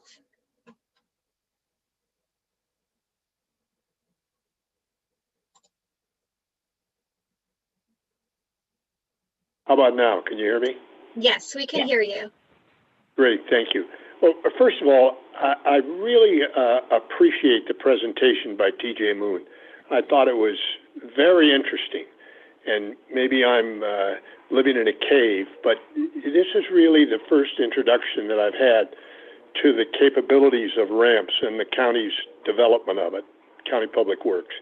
And I want to say that I congratulate them on developing this, because at least the way it's explained to me, and I certainly want to look at the slides in the presentation, but TJ Moon's presentation was so clear and concise that I'm wondering why only 77 permittees are using ramps.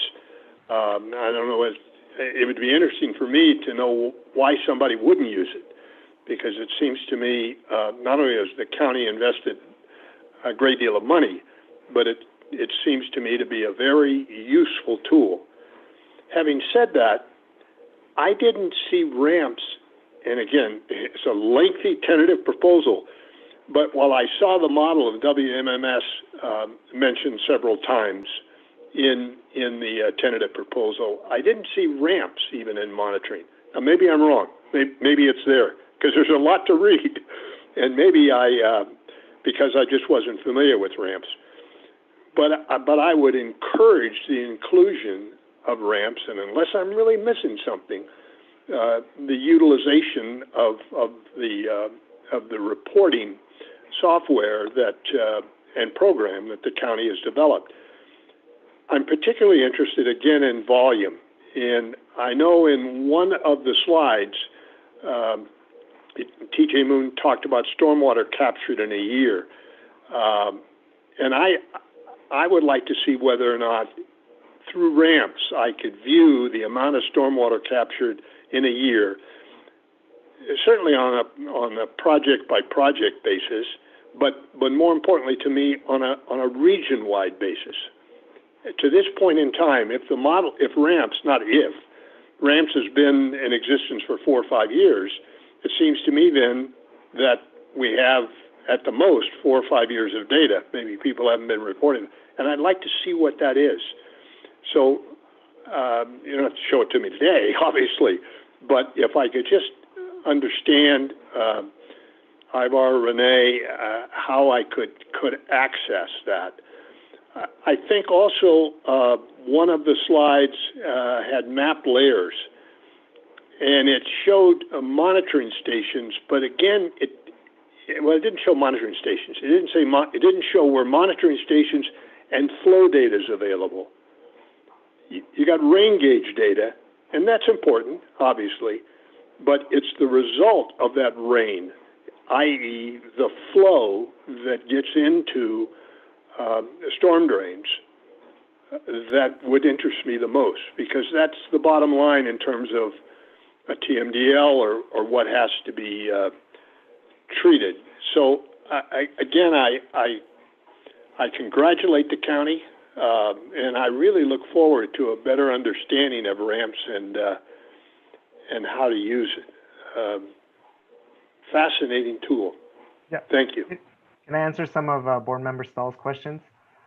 So Board Member Stahl, you can definitely go on ramps.org and check out the stormwater capture for the region, and even better, it actually calculates the dry weather capture as well.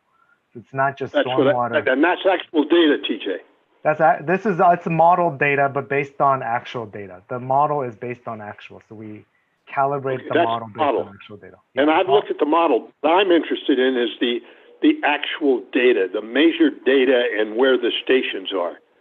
Yes, that's the flow data. All the flow data is calibrated in the WMS model. So we absolutely have all the flow data in the model. And then regarding your other question, why wouldn't certain individual cities use ramps? It depends on the size of the city. Some cities are very small. They only drain to one watershed. It may not be useful for them to use ramps because they might be an individual permittee and they may not drain into many receiving waters. And so for those cities, I could see why they wouldn't want to use ramps. I got it. Yeah, great answer. Thank you. If I may add, Board Member Stahl, you wanted to know if the permit referenced ramps at all. And while we can't require permittees to use ramps to do their reporting, we have, if you remember, Angane pointed out, we have aligned the reporting form with the outputs of ramps so that it facilitates the use of ramps, and permittees can rely on ramps to fill out the forms, because we too agree it's a very helpful and impressive resource. Well, if you could refer me, Jenny, I appreciate that answer. And even though I've read every page of this, I obviously missed that. So I'd like to see where ramps is referred to. And it's not referred to in the permit. It's not referred to. We don't name ramps in the permit or the reporting form. What I meant to say is that we've structured the reporting form to reflect the outputs of ramps. So let me add just something really quick, Jenny. I think it's the other way around. I think ramps took into account our annual report and structured it accordingly. And I think what TJ's pointing out, that they can do the same for our revised annual report form. They can align ramps so the output is consistent with the new revised form. Yeah, that's fair. Mm-hmm. Right. And if I may also add, thank you, Board Member Stahl, for your comment. We'll definitely note your comment to include language in the monitoring and MRP requirements, attachment E, to encourage permittees as an optional provision to use RAMs for reporting. But as TJ mentioned, some of the permittees prefer not to use RAMs for several reasons, but we'll definitely take your comment and we'll see where we could include this suggested provision in MRP. Yeah, I'm not in any way trying to suggest mandating it or making it a requirement of the permit.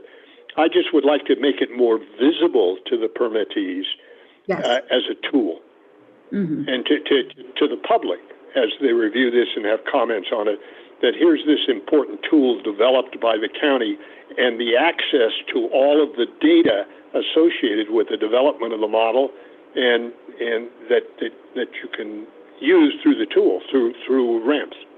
That's all I was trying to say. Mm-hmm.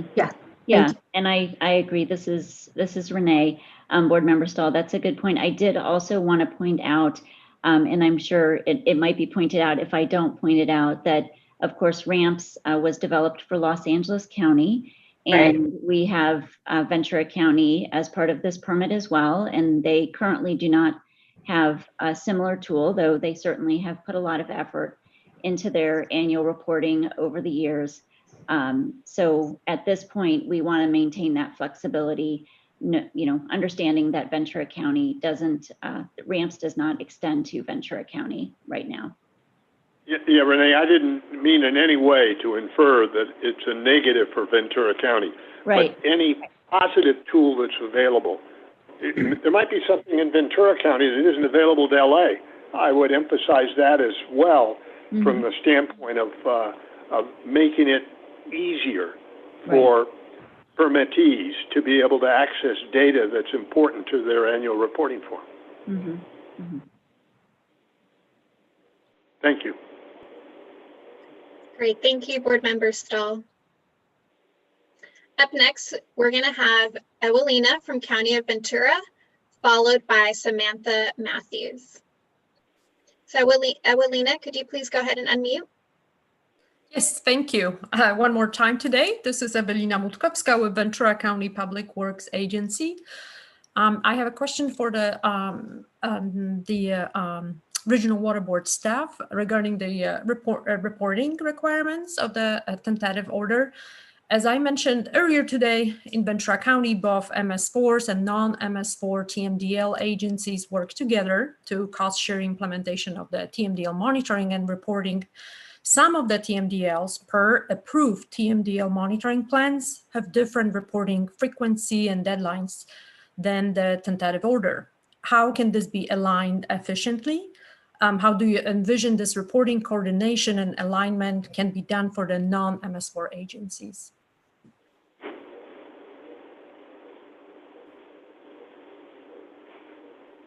Sorry, I was muted. I could try to answer, and then Iram, Ivar, Renee can continue. We do have annual reporting requirements for TMDL, TMDL reporting. So the TMDL reporting requirements that are listed in our MRP, page E-40, for those TMDLs that need reporting for MS4 specifically, we require the annual reports to be submitted as an attachment to the annual report on December 15th of each year. And the TMDL monitoring report, TMDL reports that are not included in these provisions could be submitted on their deadlines specified in the TMDL. Oh, okay. So the reports prepared by the MS4 and non-MS4 parties can be submitted, basically attached to the annual report for the MS4 permit? Yes. Thank you. And Ewelina, I'd just like to add to that. So most of the TMDL reporting should be done through the monitoring and reporting report.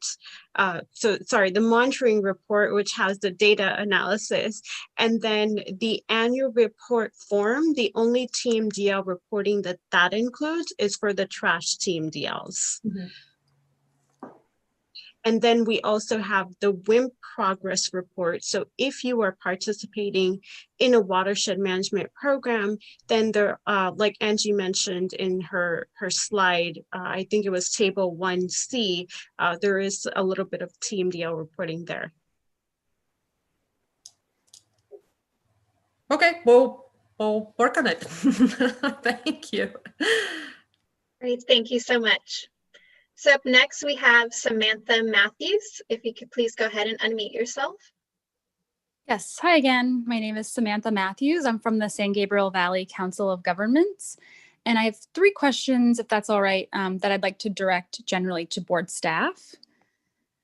So my first question is it necessary to include the annual report forms in the permit itself? So we feel this does not allow flexibility to modify the forms as may be necessary or desired in the future. Instead, we feel the permit could allow for the board to amend and adopt the annual report forms on a regular basis to make improvements to these forms in the annual reporting process. Has the board considered this? Yeah. Oh, okay, sure. I'll go ahead. Or I can jump in if you want. Okay. Oh, sure, Renee, go ahead. You want me to? I'll Okay. add to it if I need to. Okay, all right. I mean, you can see if I'm headed the way you were going to head with your answer. Thanks so much for that suggestion. We did hear that, I believe, actually at the January workshop. It seems like almost a lifetime ago, but I think we got that comment there as well. And I did want to just clarify again that with regard to the monitoring and reporting program, it is possible to make changes to the monitoring and reporting program with public notice and then approval by the executive officer. And that could include the reporting forms. So it wouldn't necessarily have to go through the entire board in that case, so long as it's not a reduction in reporting requirements. If it's just a modification to the reporting requirements, there is a more streamlined process that can be used to make those changes. And I'll just add a couple more things to what Renee said. So in addition to that, we also have some language in the MRP reporting section that specifically says that the board can revise their annual report forms, like any of the forms as necessary in the future. So we kind of built in that little flexibility in the language itself as well.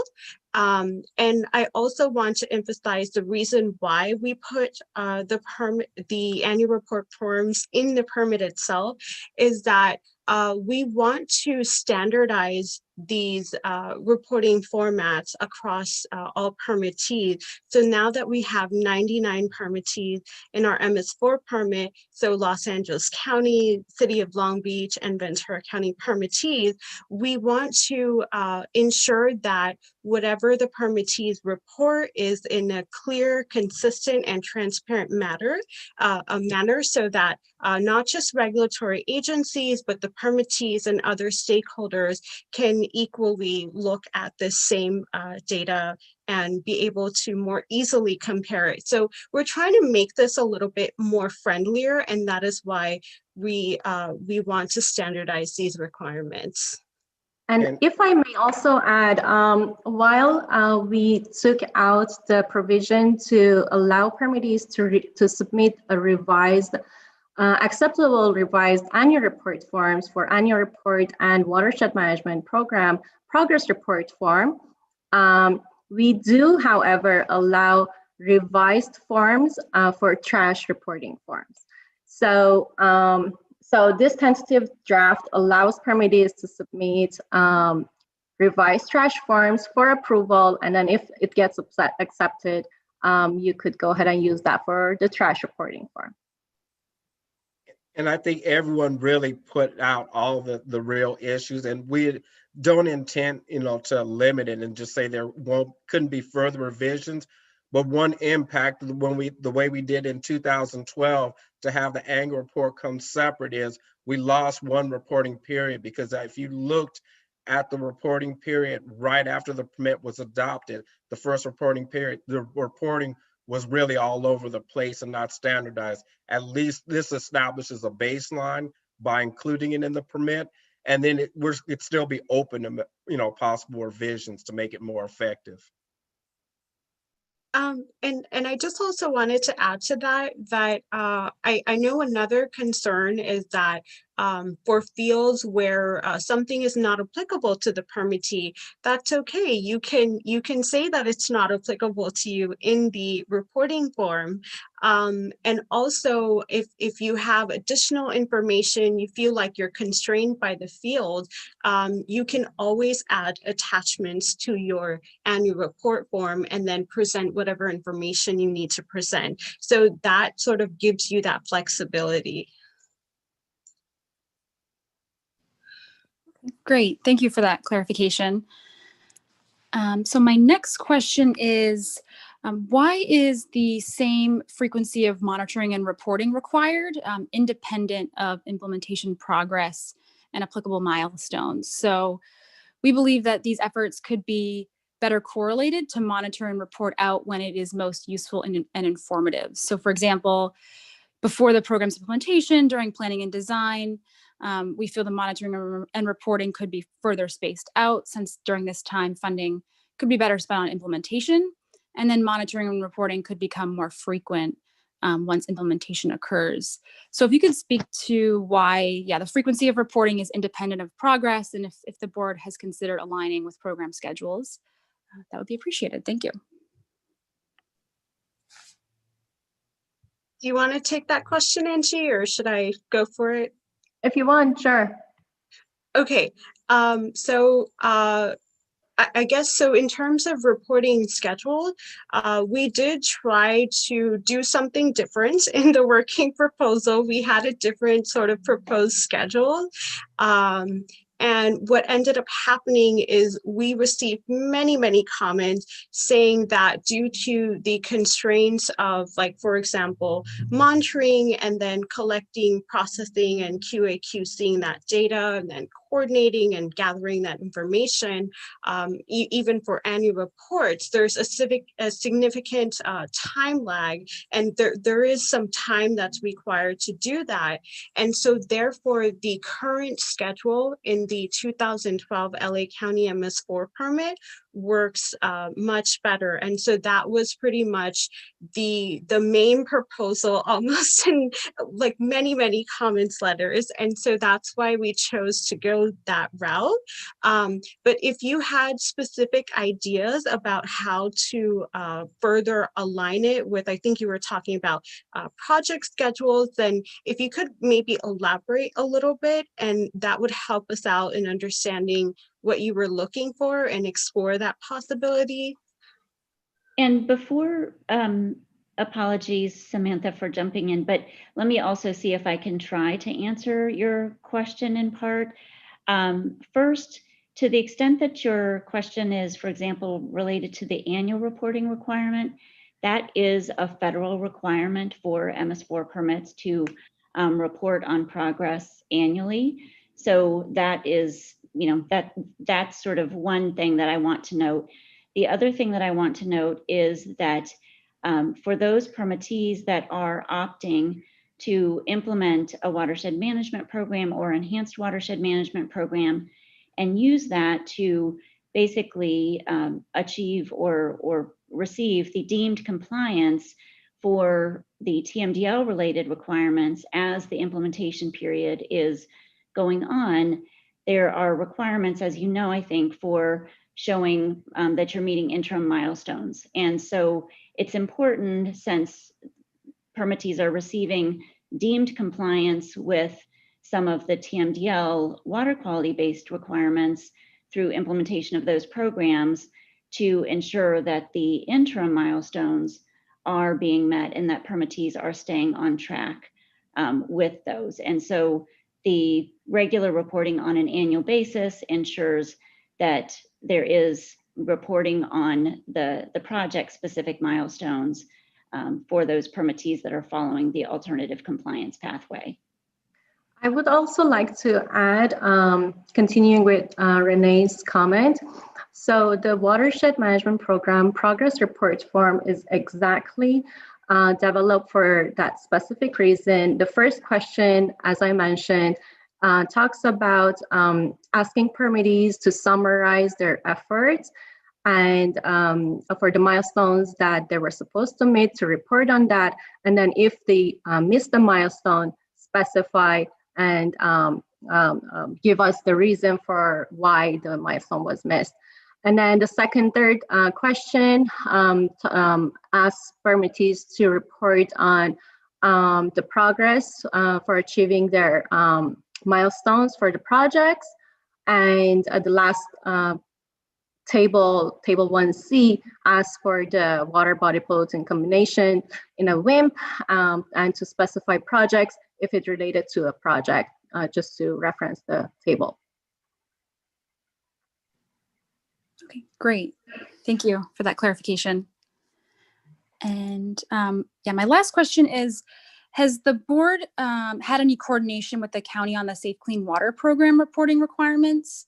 So we think it'd be incredibly helpful to align Safe Clean Water Program reporting requirements, identify areas of overlap in terms of format and schedule, to satisfy the permit required reporting to avoid redundancy. So yeah, if you could speak to any coordination with the Safe Clean Water Program, that would be greatly appreciated. Thank you. I'll jump in. Do you want me to jump in? Go ahead. I'll chime in after if I need to. Go ahead. Okay. All right. Yes, first, I just want to say we are certainly coordinating with the county on the Safe Clean Water Program. As many know, we do have a non-voting seat on the Regional Oversight Committee. Additionally, we've been attending a number of the Watershed Area Steering Committee meetings and looking at the stormwater investment plans that have been developed for the different watershed areas. In terms of, I actually was going to see if maybe TJ might also chime in at a certain point on this, because I know that there is another dashboard for the Safe Clean Water Program, and I believe TJ mentioned that in his presentation. I think that we could, probably have a follow-up conversation and just see how much alignment there is between the reporting requirements for the projects that are funded in the SIPs that have recently been approved, and for example, the type of information that we're asking for and is being collected through ramps. But Iram, I'm happy, sorry for jumping in like that, happy to have you add, but also interested to hear maybe from TJ about that, if you want to chime in too, TJ. Yes, sure. Angie, did you want to speak or should I? No, Okay. go ahead. Okay, so just wanted to add in the annual report form, so there are two places. One is the cost reporting. So we have a cost reporting table, and we also have a question with regards to your funding sources. So that is one place where you can talk about the Safe Clean Water Program funding that you're receiving. In the WIM progress report form, your watershed management program progress report form, we also have a column, as Angie mentioned in her presentation earlier. We do have a column that explains that asks for that source of funding. So again, that's another place where you can identify that your project has been funded by the Safe Clean Water Program. So it's just different places in the annual report form, but it allows a lot of flexibility for you to report on that. And TJ, if you wanted to chime in.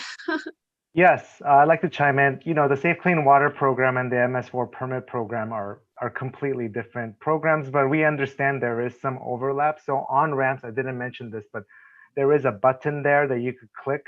Is this the Safe Clean Water Program funded project? And if you click that, that will automatically populate the Safe Clean Water dashboard and the quarterly report form. So there is going to be some overlap to minimize redundancy.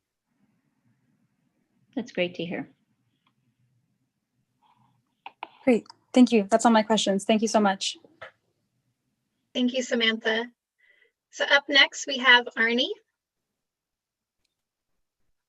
Hello. Thanks for bringing up Safe Clean Water. It gives me an opportunity to once again say Ventura County does not have Measure W level of funding, but that's not my question. We find reporting helpful in reminding all the departments and agencies within our permittees of what's expected. It's kind of a moment of training we do annually, but we see the tentative requires much more detail. And as I understand it, that detail can't be modified by the executive officer because anything seen as a reduction isn't allowed through that passage or pathway. And so we think this extra level of reporting is going to distract our efforts from improving water quality. So the question really is, what benefit do you see all this detail providing? And do you see it improving water quality? And some examples, definitely the financial reporting is a large increase to us. And we didn't hear any complaints over the last 10 years. So curious what benefits you see with the extra detail. So Artie, I'm just gonna start and I'll let others chime in. And the reporting requirement, it's more detailed, but again, remember your permit is changing. Before your permit was a little bit simpler, shall we say, the 2010 Ventura permit, and your reporting was, appropriate for it. But with, the additional details requirements in the, regional permit, it's, reasonable to expect that there is going to be a little bit more detailed reporting required. We can, discuss, if there's any places where you can see ways to simplify. But again, I think the increase in reporting is also reflective of the differences in permit. So there's always going to be that, because it's not the same permit. Understood. Yeah, the financial reporting was really getting into if I understand it right, hours spent on each minimum control measure, and that our permittees aren't set up to track that man hours on those programs at this time. So it is a large increase. And I know there's going to be a transition, but on the other hand, we get a lot of push on permit costs. So it's, we're approaching it from both angles. We're, forced, we have to demonstrate why does the permit cost so much? And part of that, related to that is to actually look at what costs permittees are really incurring in detail. So it's kind of a, it's a symbiotic thing. We, people ask us why our permits are so expensive. And on the other hand, we have to get a better handle on what costs are really incurred, what programs really cost, and how much these things really cost. So I think it's an evolution, to be honest. Yeah, on and both parts. I'm sorry for interrupting, Ivar, but I do want to also just, I think many here probably know, I mean, it's been a couple of years now, but there was a audit of a number of the MS4 programs across the state, including the one in the Los Angeles region. And one of the recommendations from the state auditor was to provide reporting guidelines for MS4 permittees on cost of permit implementation. And so the requirements that you see in the monitoring and reporting program are an outgrowth of a statewide effort to come up with guidelines for how costs should be reported by MS4 permittees. And so these have been developed with input of a number of permittees. We look forward to your continued input on this. CASQA was involved in providing input on some of these guidelines that were developed statewide in response to the state auditor's recommendation. And what we've done in the tentative permit and in the working proposal as well is reflect what those guidelines are at this point that have been developed statewide for not just our region, but all of the regional boards and state water board with regard to what our expectations are for how costs are reported by permittees. Okay, I'm unfamiliar with those. Do they provide information on how the data can be collected? I'm curious, can we spot check or just look for 1 week a month or a few snapshots to get the level of effort that is happening? Because to do it for the full year is the problem. Right. Well, perhaps over time, maybe we can move to something like that. I think the answer is no. At this point, the guidelines don't suggest doing sort of a sample of a week or something like that, and then using that as representative. But perhaps as we begin to get more consistent reporting with regard to time spent and costs, associated costs, perhaps we might be able to adjust the guidelines such that we could allow something like that in the future. We've found that there's been, not just in our region, but statewide, we found that there is a lot of inconsistency in the amount of time that are spent on different programs, and it doesn't seem to always align with the size of the program. And so this is an effort to try to address some of the inconsistency and get a better ability to compare across programs, and also, as I think Ivar and perhaps Iram said, to better understand the costs that are being incurred, because we know that cost of program implementation of permit compliance is a very big issue that we've heard from you and the Ventura County permittees, from the LA County permittees. And we want to make sure that we have the best information possible when we're making decisions about the permit on what the cost is that you're incurring to implement these requirements. And we're trying to achieve greater consistency and more robust information within a program, but also region-wide, so we can have a better understanding of that as we make decisions. Okay, I understand that need. What our real challenge is, we want stormwater to be part of the mindset of everybody working for the permittees. So when they're doing their daily job, they do it with the permit compliance in mind, with clean runoff in mind, and not segregate it, stopping doing that part of the job. And now I'm focusing on the stormwater permit. And so that makes tracking it very difficult. Yeah, I do understand that. And I think it's very laudable to have that, like you said, build that into the mindset of whichever staff person it is, to the extent that their job touches on an aspect of stormwater quality.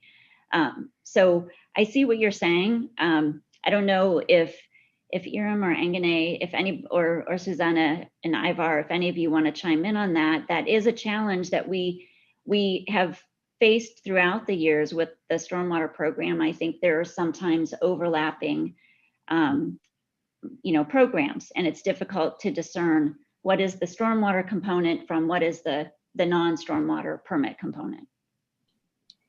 Thank you, Renee. So I just wanted to add on to what Renee was saying. So so just to clarify, the guidelines that we have from State Board only include guidelines for regulatory agencies on how to, what sort of reporting requirements we should be including in the permit. But as to your other underlying concern as to how the permittees can do this tracking and reporting internally within their agencies and try to figure out all the resources and organize that, I think there might be some resources out there relating to asset management. I don't know the specific documents or reports, but I'm sure there must be a couple on the website, and maybe EPA has even developed some sort of guidelines for asset management, and it may talk about how permittees can better organize their resources and tracking internally. So we could take a look at that, and we could even follow up with you and see if there's any other resources available and pass that on. Okay, thank you. I have another question on the watershed management program progress. If I understood it, you're looking at mostly the projects and the volume captured.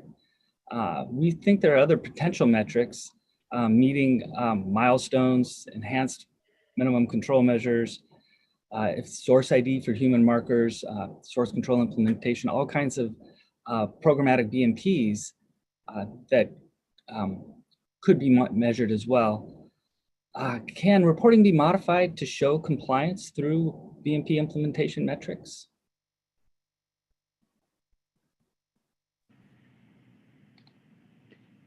Go ahead, Angie.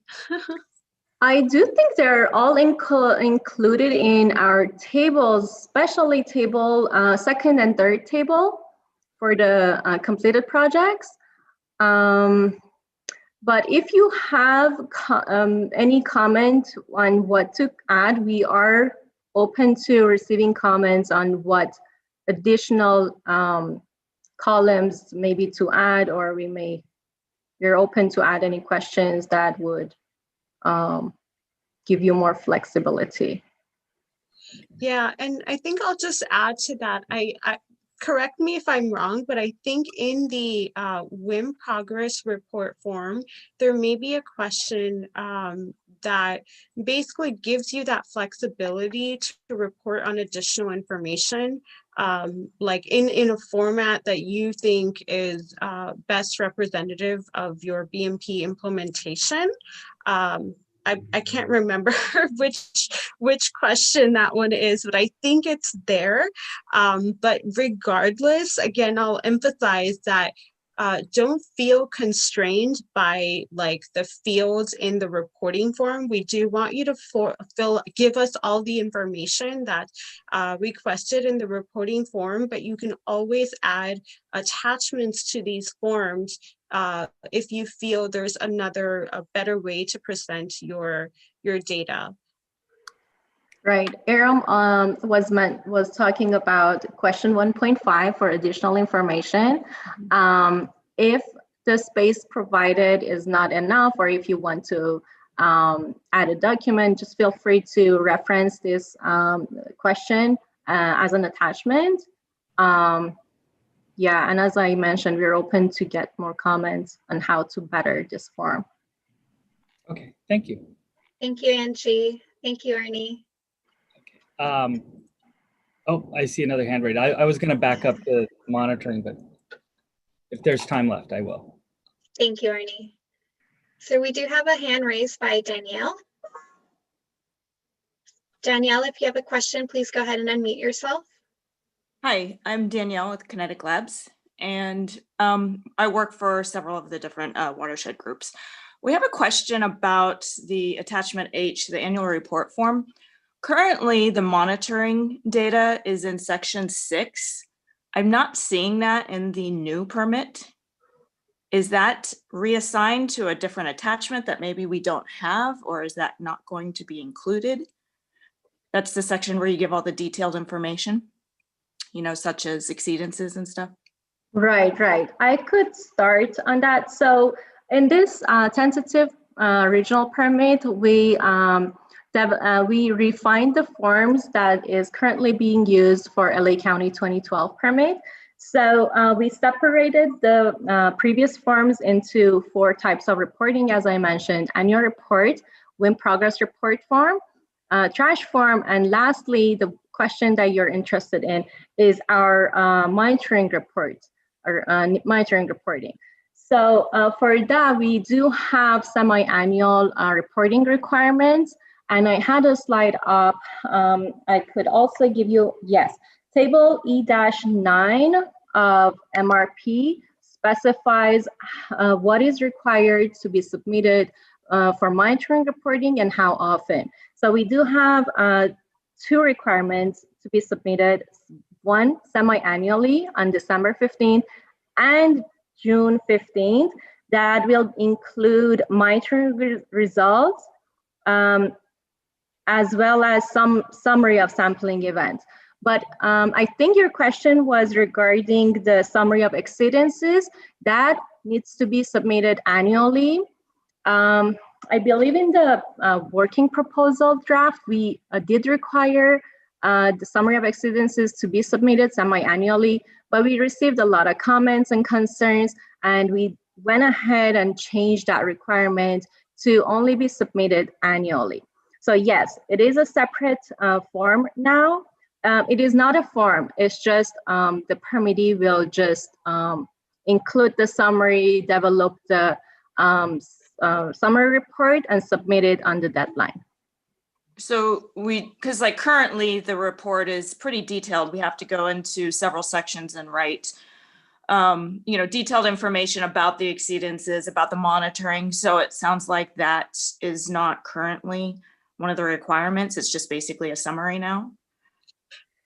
No, so I'll clarify a little bit. So when we had the 2012 LA County forms, and in those forms you're referencing those included those questions about the trend monitoring and all of that stuff.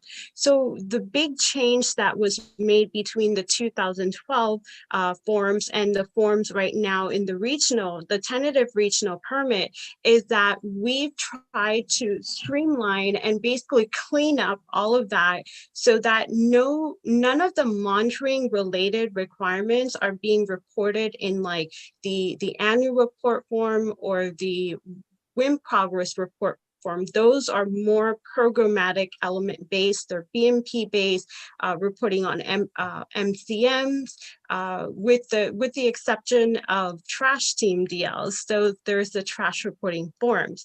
And so in the monitoring reporting form, like Angane said, we do require that same level of information, and the MRP specifies all of that information, but we basically transfer over the questions that we had in the 2012 permit all into the MRP section, where we detail out the, like the storm duration, start time, or the number of exceedances and all of that. So the table, what is it, E-9 that Hankane referenced. So that just gives you the different categories.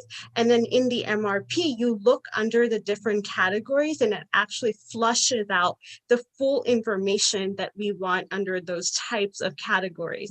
So everything is in there, and we want the same level of detail, but just in the monitoring report form, so that we have a separation between sorry, not monitoring report form, the monitoring report, so that we have a separation between what is monitoring and then what is programmatic and what is watershed management program related. Okay, thank you. Great, thank you, Danielle. And we are close, pushing up to noon, so we're gonna have to start wrapping it up soon. But I did get notice that Glenn Cow and Ray Tahir have questions. So if you have a question still, please go ahead and unmute yourself. Can perhaps start with Glenn Cow. Do you have a question? Yes, I do. I see your hand. Thank you. Good, thank you. Go ahead. Here, I'll introduce myself. Hi, my name is Glenn Cow. I'm the Public Service Director, City Engineer for the City of Norwalk. I've noticed that neither the existing permit nor the proposed permit mentions anything in regards about ambient water quality monitoring. This is odd because according to the San Gabriel River Metals TMDL, to which the City of Norwalk is subject to, ambient monitoring is required. Under section 8.1, here's how it refers to it. According to the regional board, an ambient monitoring program throughout the San Gabriel River and its tributaries is necessary to ensure that water quality standards are attained and to track trends in water quality improvements. Another goal is to provide background information on hardness values and the partitioning of metals between the total recoverable and dissolved fraction to refine load and waste load allocations. With that, I recommend that the permit include for ambient water quality monitoring to update the water quality standards and TMDLs, which would be based on monitoring of receiving waters during their ambient condition. Once established, MS4 compliance would be determined based on outfall discharges relative to the receiving water. A definition of ambient water is also critically needed. Because metals are subject to the California Toxics Rule, and ambient water quality monitoring must occur in the receiving waters, it is the regional board's responsibility to conduct such monitoring through the Surface Water Ambient Monitoring Program, SWAMP. Permittees are not required to comply with ambient monitoring in receiving waters because it lies outside of the range of their MS4, which ends at the outfall. Thank you for the opportunity to comment on this very important matter. Thank you for your comment, Glenn. We've taken note of it. And Ray Tahir, do you have a question? Please go ahead and unmute yourself if you do.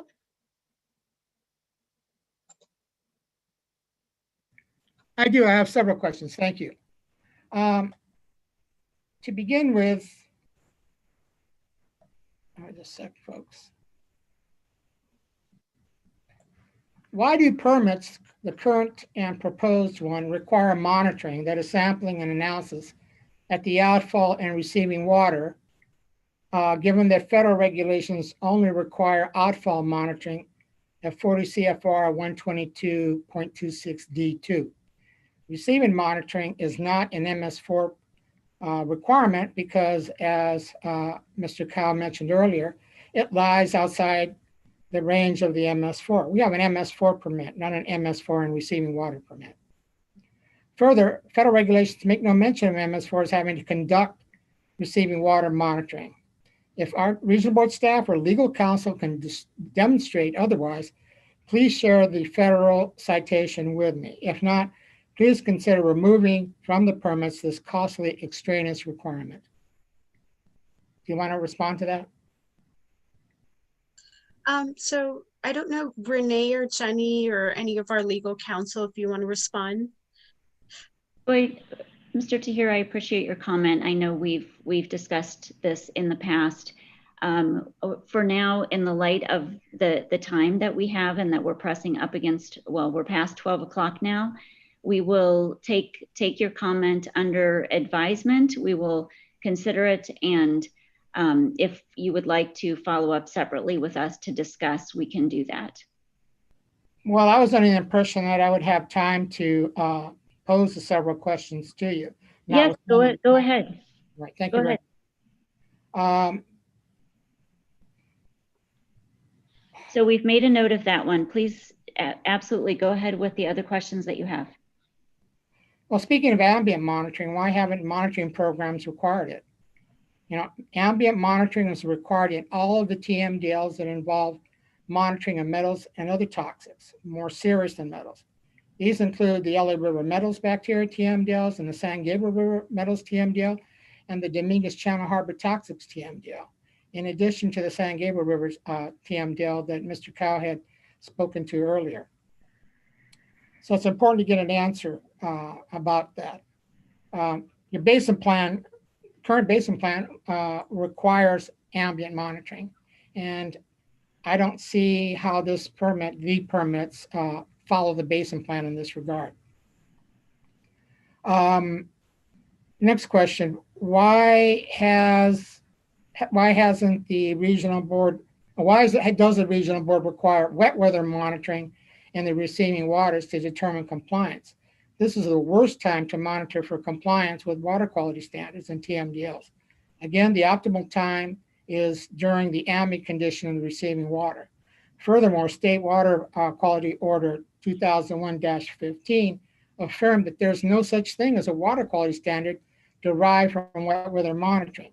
As mentioned, water quality standards are derived from ambient dry weather monitoring. Please remove this requirement, which will strip away another layer of an extraneous requirement. And despite all the talk about ambient water quality monitoring, neither the state board nor regional board has defined ambient water. So the question is, why not? Here's a simple definition provided by the Richland County, South Carolina Stormwater Program. Ambient monitoring water quality involves testing of streams, rivers, and lakes during normal flow conditions. Samples are taken and tested when the effective runoff from rainfall is not present. This provides information regarding the overall quality of the water at these locations. Natural water quality of our rivers, lakes, and streams can be influenced by a variety of factors that are detected through ambient testing. But a more technical definition is provided under 40 CFR 122.21 small g 7 Roman numeral 2, which says that an ambient condition of a water body exists 72 hours following a storm event that produces 0.1 inch of rainfall. This is the definition used by various agencies to determine when it's safe to enter a water body following a storm event, primarily aimed at bacteria. The Sanitation District and other POTWs also use this definition when conducting ambient monitoring of its effluent to receiving waters. It is unclear why the water boards have not provided this definition. Do you want to respond to that?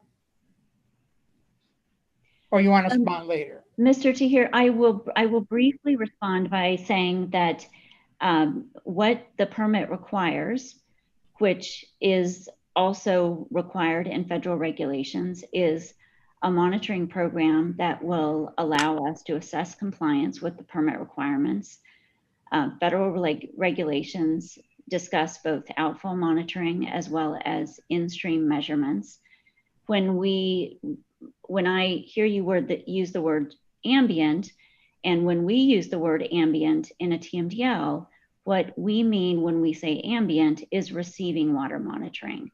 And here, where we're talking about a stormwater permit, we're concerned about both conditions during wet weather, because that is when we, of course, have significant stormwater runoff and discharges from the MS4, but we are also concerned about the urban runoff that occurs during non-stormwater. So that's why we have both wet and dry weather, or we call them storm and non-stormwater outfall monitoring requirements, and why we also have wet and dry weather receiving water monitoring requirements, so that we can see what the impact of the MS4 discharges are on the receiving water. Well, you can do that through the characterization monitoring, which is being done through the county's mass emission stations. Let me point out to you that notwithstanding what's in the permit, you're not complying with the definition of ambient monitoring, okay? It makes compliance with non-ambient monitoring requirements unnecessarily more costly and more stringent. It's the permit that doesn't reflect the need for ambient monitoring, despite the fact there are a number of other agencies that comply with it. So you need to provide an answer to that. If not, it seems you seem to be evasive. In any case, my last question is question 6. Mr. Tahir, yeah. I want to answer that question a little more. Yeah. The implementation plan for the San Gabriel River Meadows TMDL that you referenced, and that Mr. Cow referenced, it doesn't refer to ambient monitoring. So I just want to echo what Renee said. When we use the word ambient monitoring, we are referring to receiving water or in-stream monitoring. And I think we have a different understanding of it. And so the word ambient is actually not in the implementation plan for the San Gabriel River Meadows. No, I disagree. Let me read you an excerpt from it. According to the regional board, and this is from the San Gabriel River Meadows TMDL. That's the EPA adopted technical TMDL. I'm talking about the implementation plan that the regional board adopted and incorporated into our basin plan to implement that EPA technical TMDL. So that we've clarified in the implementation plan that we mean receiving water monitoring. Yes, ambient. Taking out the word out, just so that it's, yeah, different things. It applies to the receiving water based on the dry ambient condition of the receiving water, not the wet weather condition of the receiving water. And you guys really need to understand that. Yeah, okay. I think we just have a disagreement about that. Well, clearly, but your comments noted. Go on to the next one. Documentation that supports your disagreement. That's all I'm asking. Lastly, the tentative permit takes away individual watershed management programs and forces current EWIMP participants to join individual watershed management program participants to join EWIMPs. If that is the case, then can a MS4 participant can submit an individual monitoring program? Because they seem to be incongruent. So I think I can answer that question. I think I get it. So under the regional MS4 permit right now, so for permittees that are currently that have a monitoring directive from the board, we allow them to join a SIMP. So if there's somebody that, a neighboring watershed group that you can coordinate with on monitoring, we do allow them to join. Mm-hmm. Okay, that's clear. Thank you very much, Aaron. I appreciate it. And that's all I have. Thanks, folks. Thank you. Thank you. And I did see that board member Stahl, do you have any concluding questions or comments? Can you please go ahead and unmute yourself? For some reason, we can't hear you, board member Stahl, though it looks like you're unmuted. I think you have to unmute your phone, board member.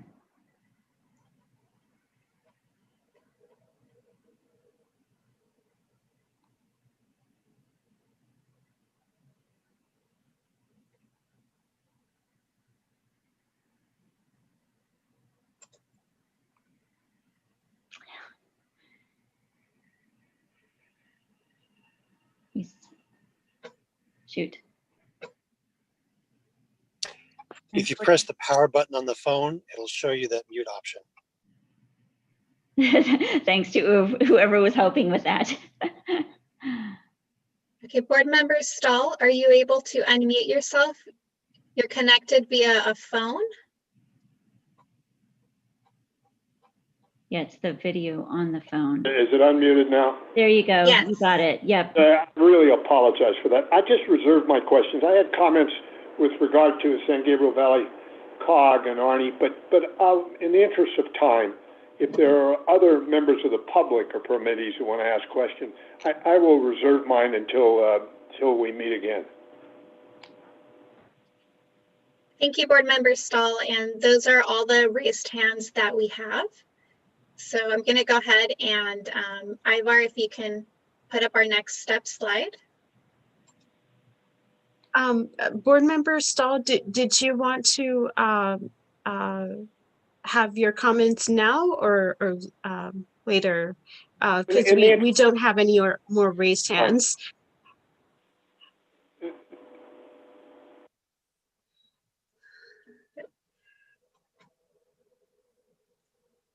Oh, there we go. Yeah, it sounds like, I mean, we know you've got our next board meeting, so there'll be an opportunity for more board member discussion and questions at the December board meeting. Yes, if you can hear me now, yes. I'll reserve it to that in the interest of time. Okay. Okay, great. So again, as a reminder, formal written comments on the tentative are due on December 7th, 2020. We also have an upcoming board meeting in December. At the December board meeting, we will have our MS4 standing item where there will be a follow-up to the October 15th workshop on TMDL manner of incorporation, a follow-up on today's workshop, and opportunities to provide verbal comment about the tentative regional MS4 permit. However, please note that our response to comments will only address written comments that are submitted by December 7th.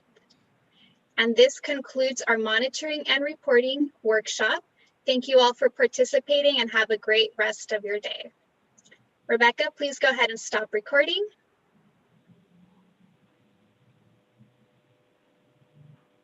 Okay, and Angie, feel free to end.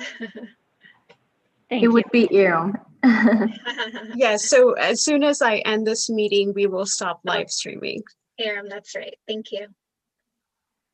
Okay, thank you everyone for joining. And now we will end this meeting. Thank you all. Thanks, Thanks, everyone. Thank you.